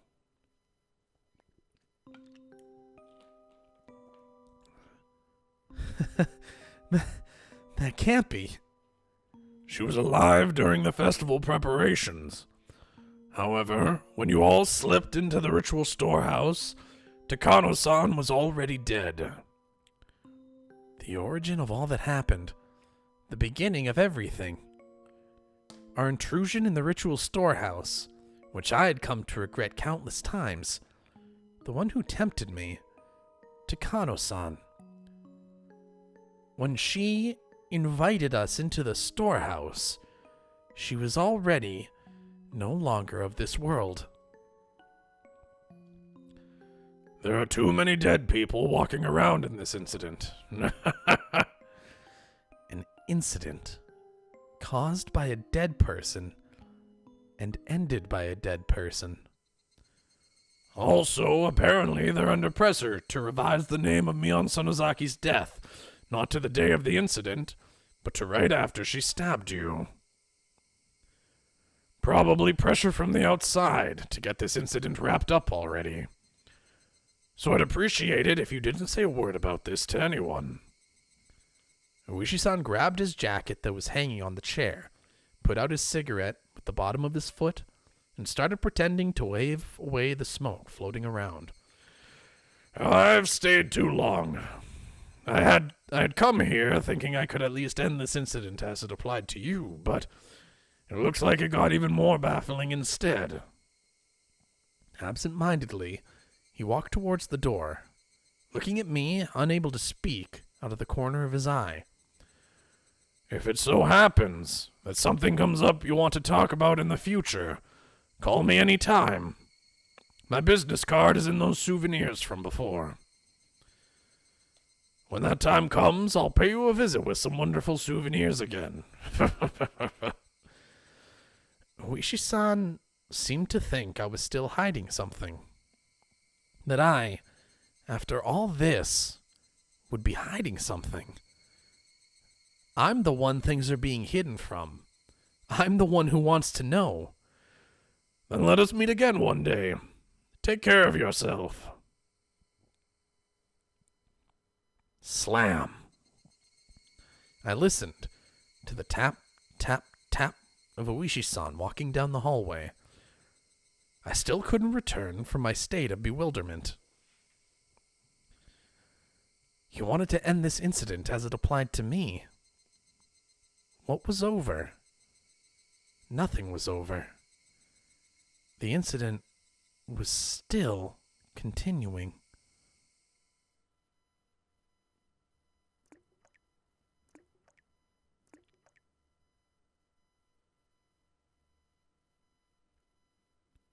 Then, an arm covered in fresh blood came out from underneath the bed. I wasn't that surprised.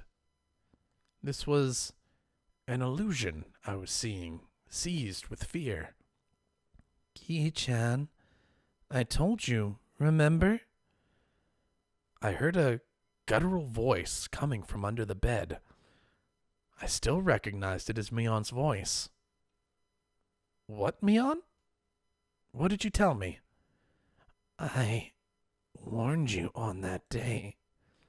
After today, if you see me, it will be the demon that has possessed my body. You did. You said that, didn't you? Sorry. Guess I wasn't careful enough. That's why I got stabbed.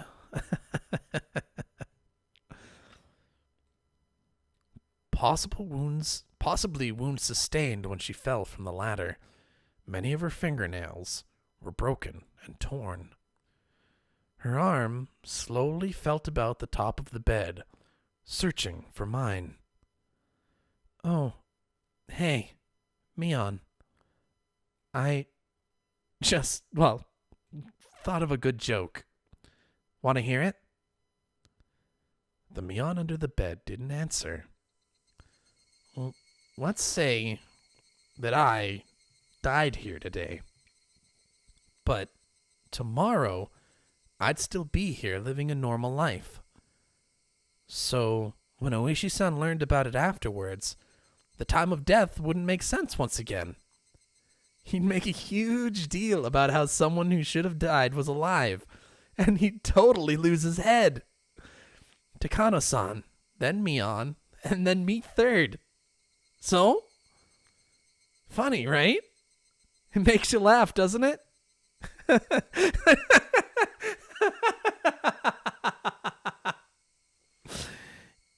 Ki-chan. Laugh. Or was it not that funny? Mion's blood-stained hand groped around and found my wrist. Though her fingernails were torn, she gripped it hard, as if scratching me. Ow. Ow. Ow. Go easy. Ow. It hurts. Ki-chan, I've come for you. I tried to shake my wrist loose, but the strength she held it with was unbelievable, and I couldn't. She was only gripping one wrist, and yet my whole body couldn't move. I couldn't even twitch. My fingers were spread apart, and I couldn't make a fist either. And that fact I couldn't make a fist reminded me of the restraining table.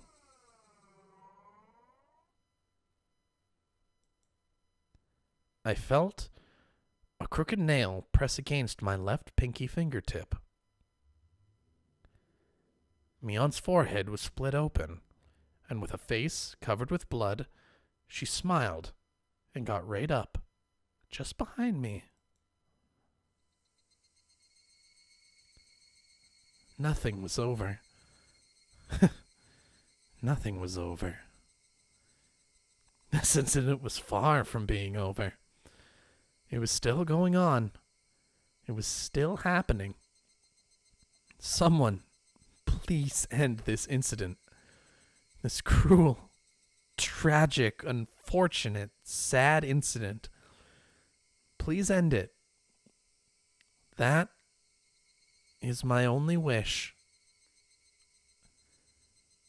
I granted you one before, remember? You don't get any more.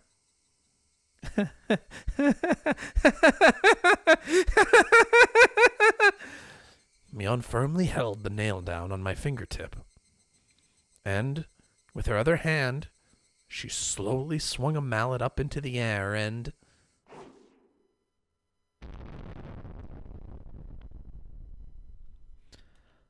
Holy shit.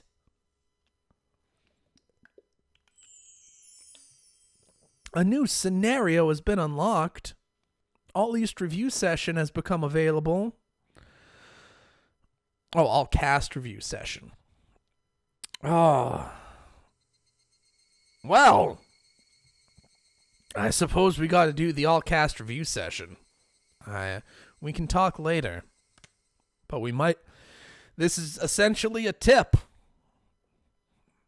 So it belongs in this part.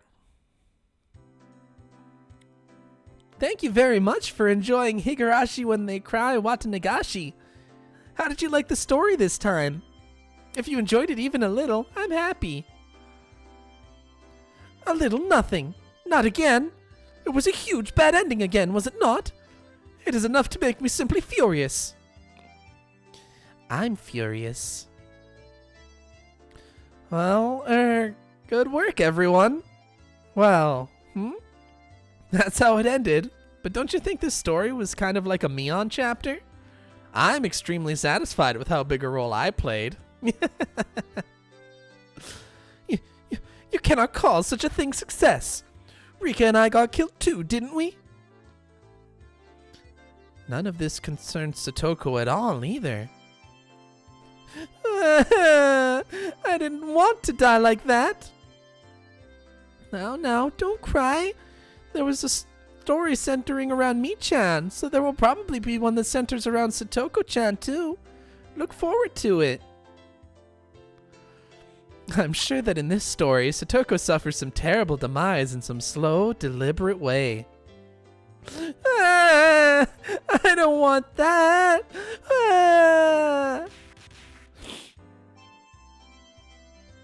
Mi-chan, if you joke around too much, you'll make me angry too. Mi has a flat chest. Your mind wouldn't understand even if it wanted to be petted. Oh, they expanded. Your body is so unchaste. Hey everyone, great work. Sorry we're late again. Tomitake-san, Oishi-san. Yes, you did a great job as well. Where are Takano-san and Shion-chan? They're coming, of course. Thank you for inviting us today. May I sit here? Yes, go right ahead. With all of us here, this is sure to be the best part. Please, go easy on me. Then, should we get started? Is this everyone? Everyone but Keiichi. Which means Maibara-san is as busy as ever recording the script. Has he already started recording the script for the next story? How unfortunate. It doesn't feel right to leave him out. Mio-san, you don't have to worry about that. At times like these, going all out is actually a way of showing consideration.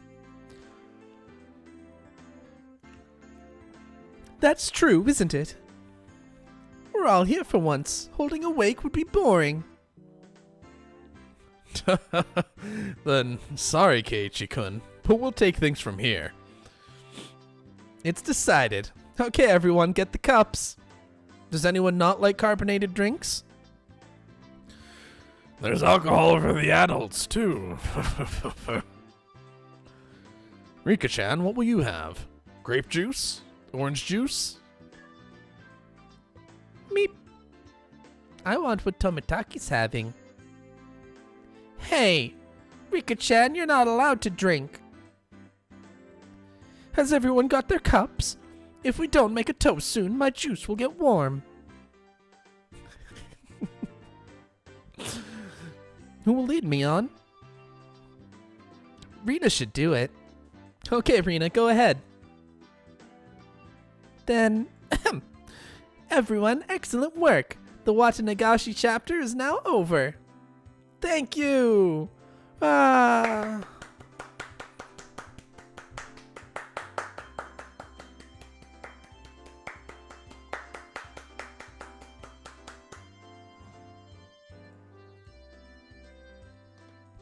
Okay, everybody's here.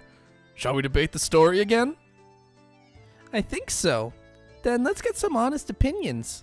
Does anyone here have something to say? What is there to say? Weren't all of the mysteries solved in this chapter?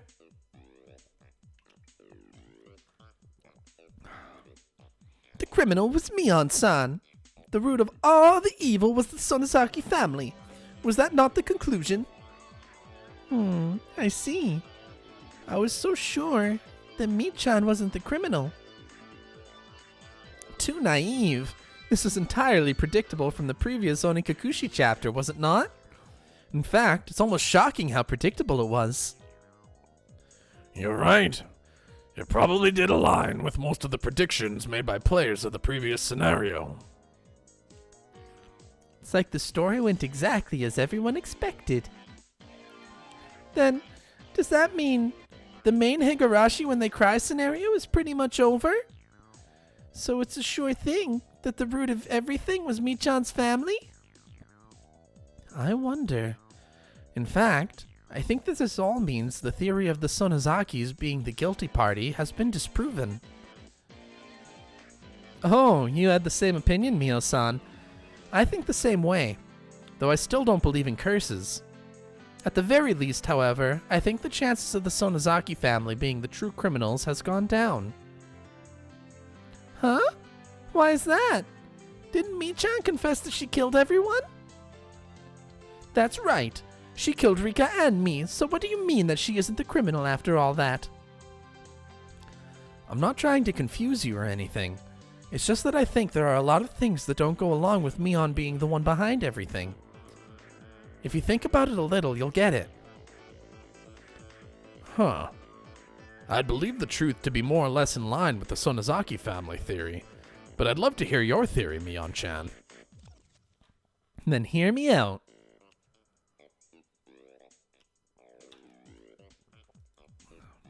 Near the end, I confessed that I'd participated in the past incidents, right? I thought something wasn't really right about that, so I guess that's my basis. I mean, think about it. If the incidents of the past were caused by the Sonozaki family, that would be crazy. I mean, wouldn't they all be perfect crimes? They were all attributed to other criminals or simple accidents after all. Well, that's right. The Sonozaki family is very powerful, but they were acting behind the scenes. Wouldn't pulling off perfect crimes be child's play for them? That's just it. That's the weird thing. The Sonozaki family had been killing and erasing people so well for the last 4 years, they didn't even let out a hint that they were behind it, right? But the incident in the 5th year, now that was really cheap. They were killing and erasing people at random. Any idiot could have seen the connection with the Sonozaki family. Now that I think about it, you're right. The incidents in the past were all mysterious, and nobody could tell if they were because of the curse or just simple crimes. But then on the 5th year, they suddenly got really violent. I do not understand what you are saying. Rika, do you? She means that if the Sonozaki family were the real criminals, then they would have done a much, much better job with the incident on the 5th year. So, what does that mean? Mion-san wasn't the one who killed Rika and me, but it was the work of the demon who possessed Mion-san? Come now. Just like I thought last time, Mion-san wasn't a bad person after all, was she? That's right.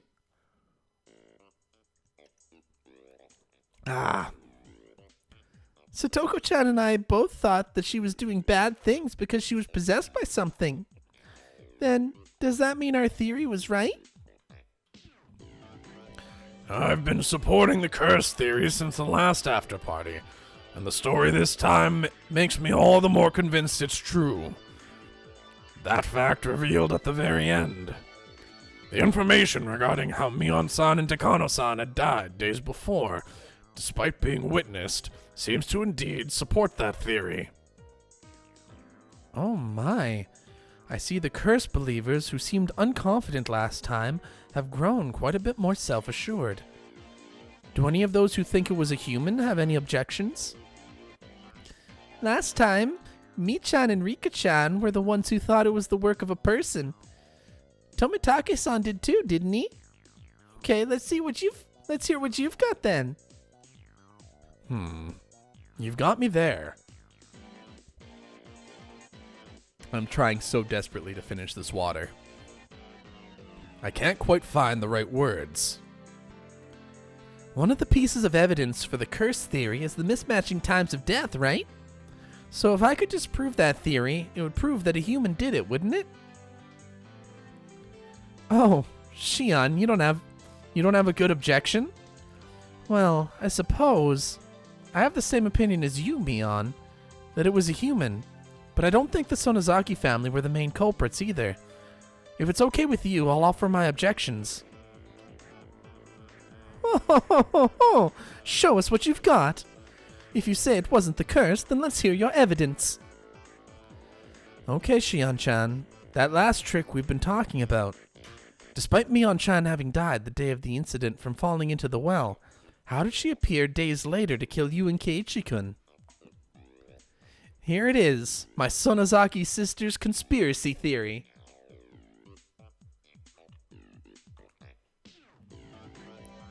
My reason is simple.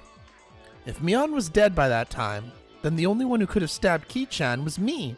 I disguised myself as Mion and stabbed him. Then I went back to my room, pretended to have a tussle with a ghost, then jumped right down and killed myself.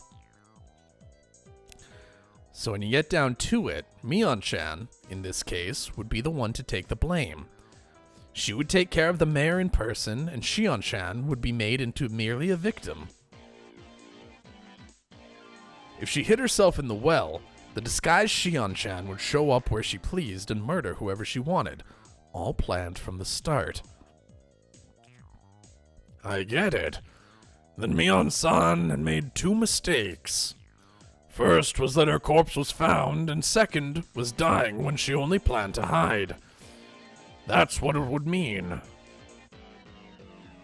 Oh, well now, you're right. There is something logical about that. However, I'm still not convinced. It was too different from the magnificent perfect crimes in the past. Even if their plan went well, Mion would end up the bad guy, wouldn't she?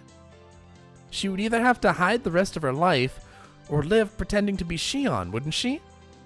That would be too constrained. You can't call that a perfect crime. In other words, whether by dying or disappearing, Mi would have to go away. Rika-chama, that's a good thought. That means we should consider that Mion Sonozaki leaving the stage was part of their plan. That's why, at the end, Mion took the blame for all the incidents in the past. She took responsibility for all of them herself, then left. By doing that, she could cover up the true culprit behind the incidents, which means that this incident wasn't shabby.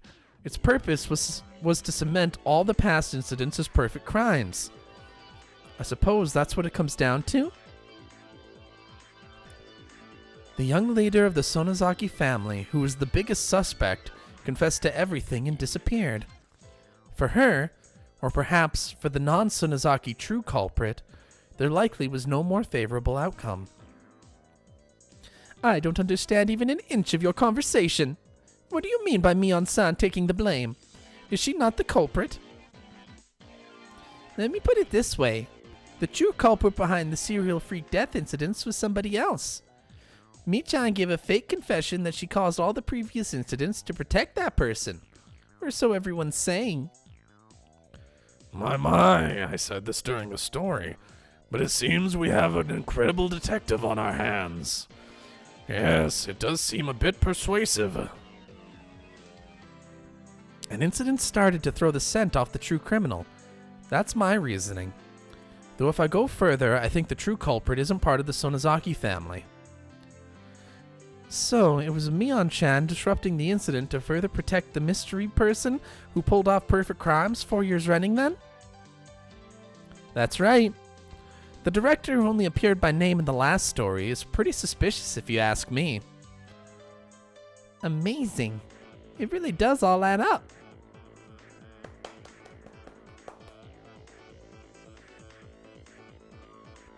I still think the Sonozaki family and the sisters are the culprits, though.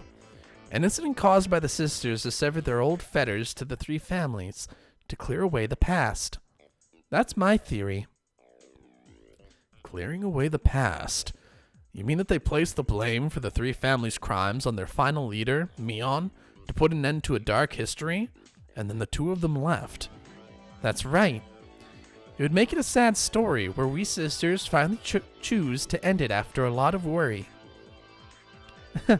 We went a little too far. Amazing.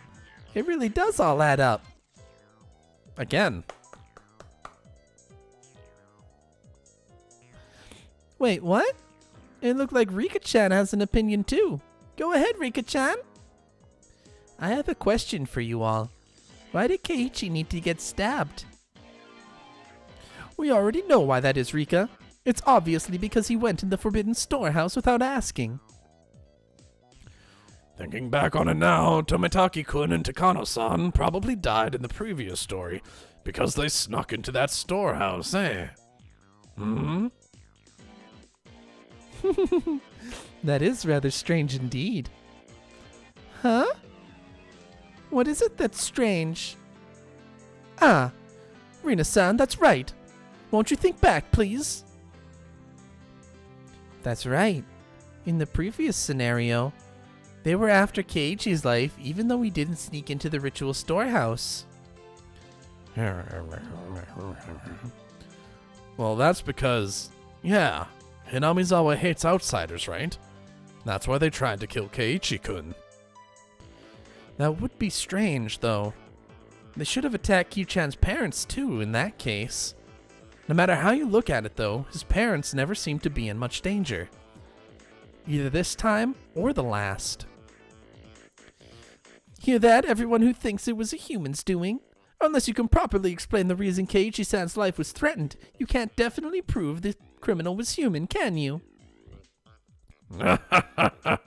Even with the curse theory, however, we don't know why my Bara-san was attacked this time or last time.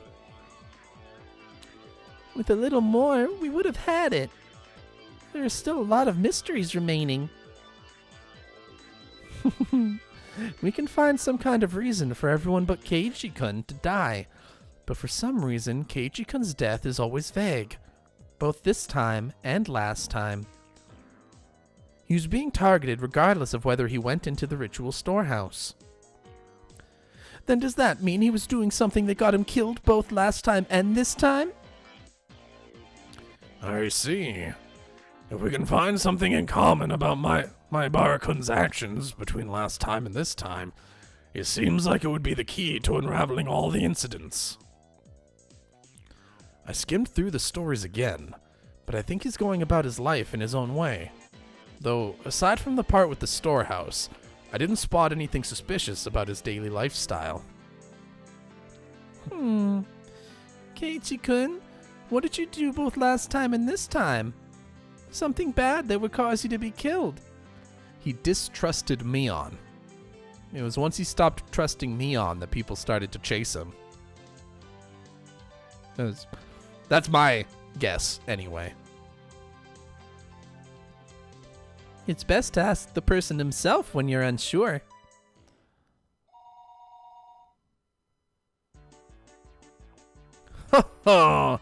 So, while I was reading the script for the next game all by myself, you were all talking about me behind my back, huh? I see. Well, that's that. Anyway, Keiichi-kun, you should try asking your own heart. Ki-chan, so what kind of bad thing did you do that would get you killed? It must surely be all the violent things he does towards me. The way he sometimes directs a dangerous gaze my way and makes strange deluded expressions is surely a criminal act. Yes! Thank you, Rika-chan. Yeah. Being happy all day, surrounded by girls around his age, is kind of like a crime in the first place. A grave crime indeed. My Bar-san is truly an envious main character, isn't he? Switch out with me once in a while, would you? Well, with all those perks, getting stabbed at the end really isn't much of a price to pay. Well, there you go, Keiichi-san. Have you remembered the crimes you've committed? Both this time and last time. I live a proper and just life, and I always meet a terrible fate in the end. What was that about ask my own heart? I'm the one who wants to know. This is bullying. How sad. How sad. I'll pet your head next time for you. I wonder if we should go back and read Onikakushi again after reading this one. I'm going to put myself in Mion's shoes and read back over Watanagashi. Maybe I'll find something different compared to when I read it from Ki-chan's point of view. I will always think it was the doing of a demon. All of the events and tricks can be explained with a demon. It's kind of like plasma. What did you, the readers, think about it? We'd certainly like to hear your thoughts and opinions. There's still a way to go, but do your best. With that, please look forward to the rest of the Higurashi series. Oh, shit. Is that it? Are we done? Has chapter 2 finally ended?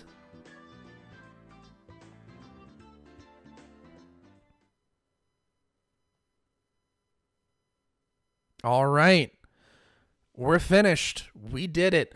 That was fucking incredible. I loved every single second of that chapter. Man, I'm so excited to come back for chapter 3. I don't even care if none of you are watching. I don't care if anyone sees me do this. I don't. Reading it out loud has made me enjoy it so much more than I would have just reading it to myself. And I'm so excited to come back to this. And I actually loved this part so much that I don't even want to make it about me. So we're just going to end it here. No shilling, no shout outs, no follows, no subscribes, nothing. That's just going to be it. I'll be back tomorrow. We'll be playing something else. But for tonight, this is Higurashi's night. And until next time, I'll catch y'all later. Ciao for now.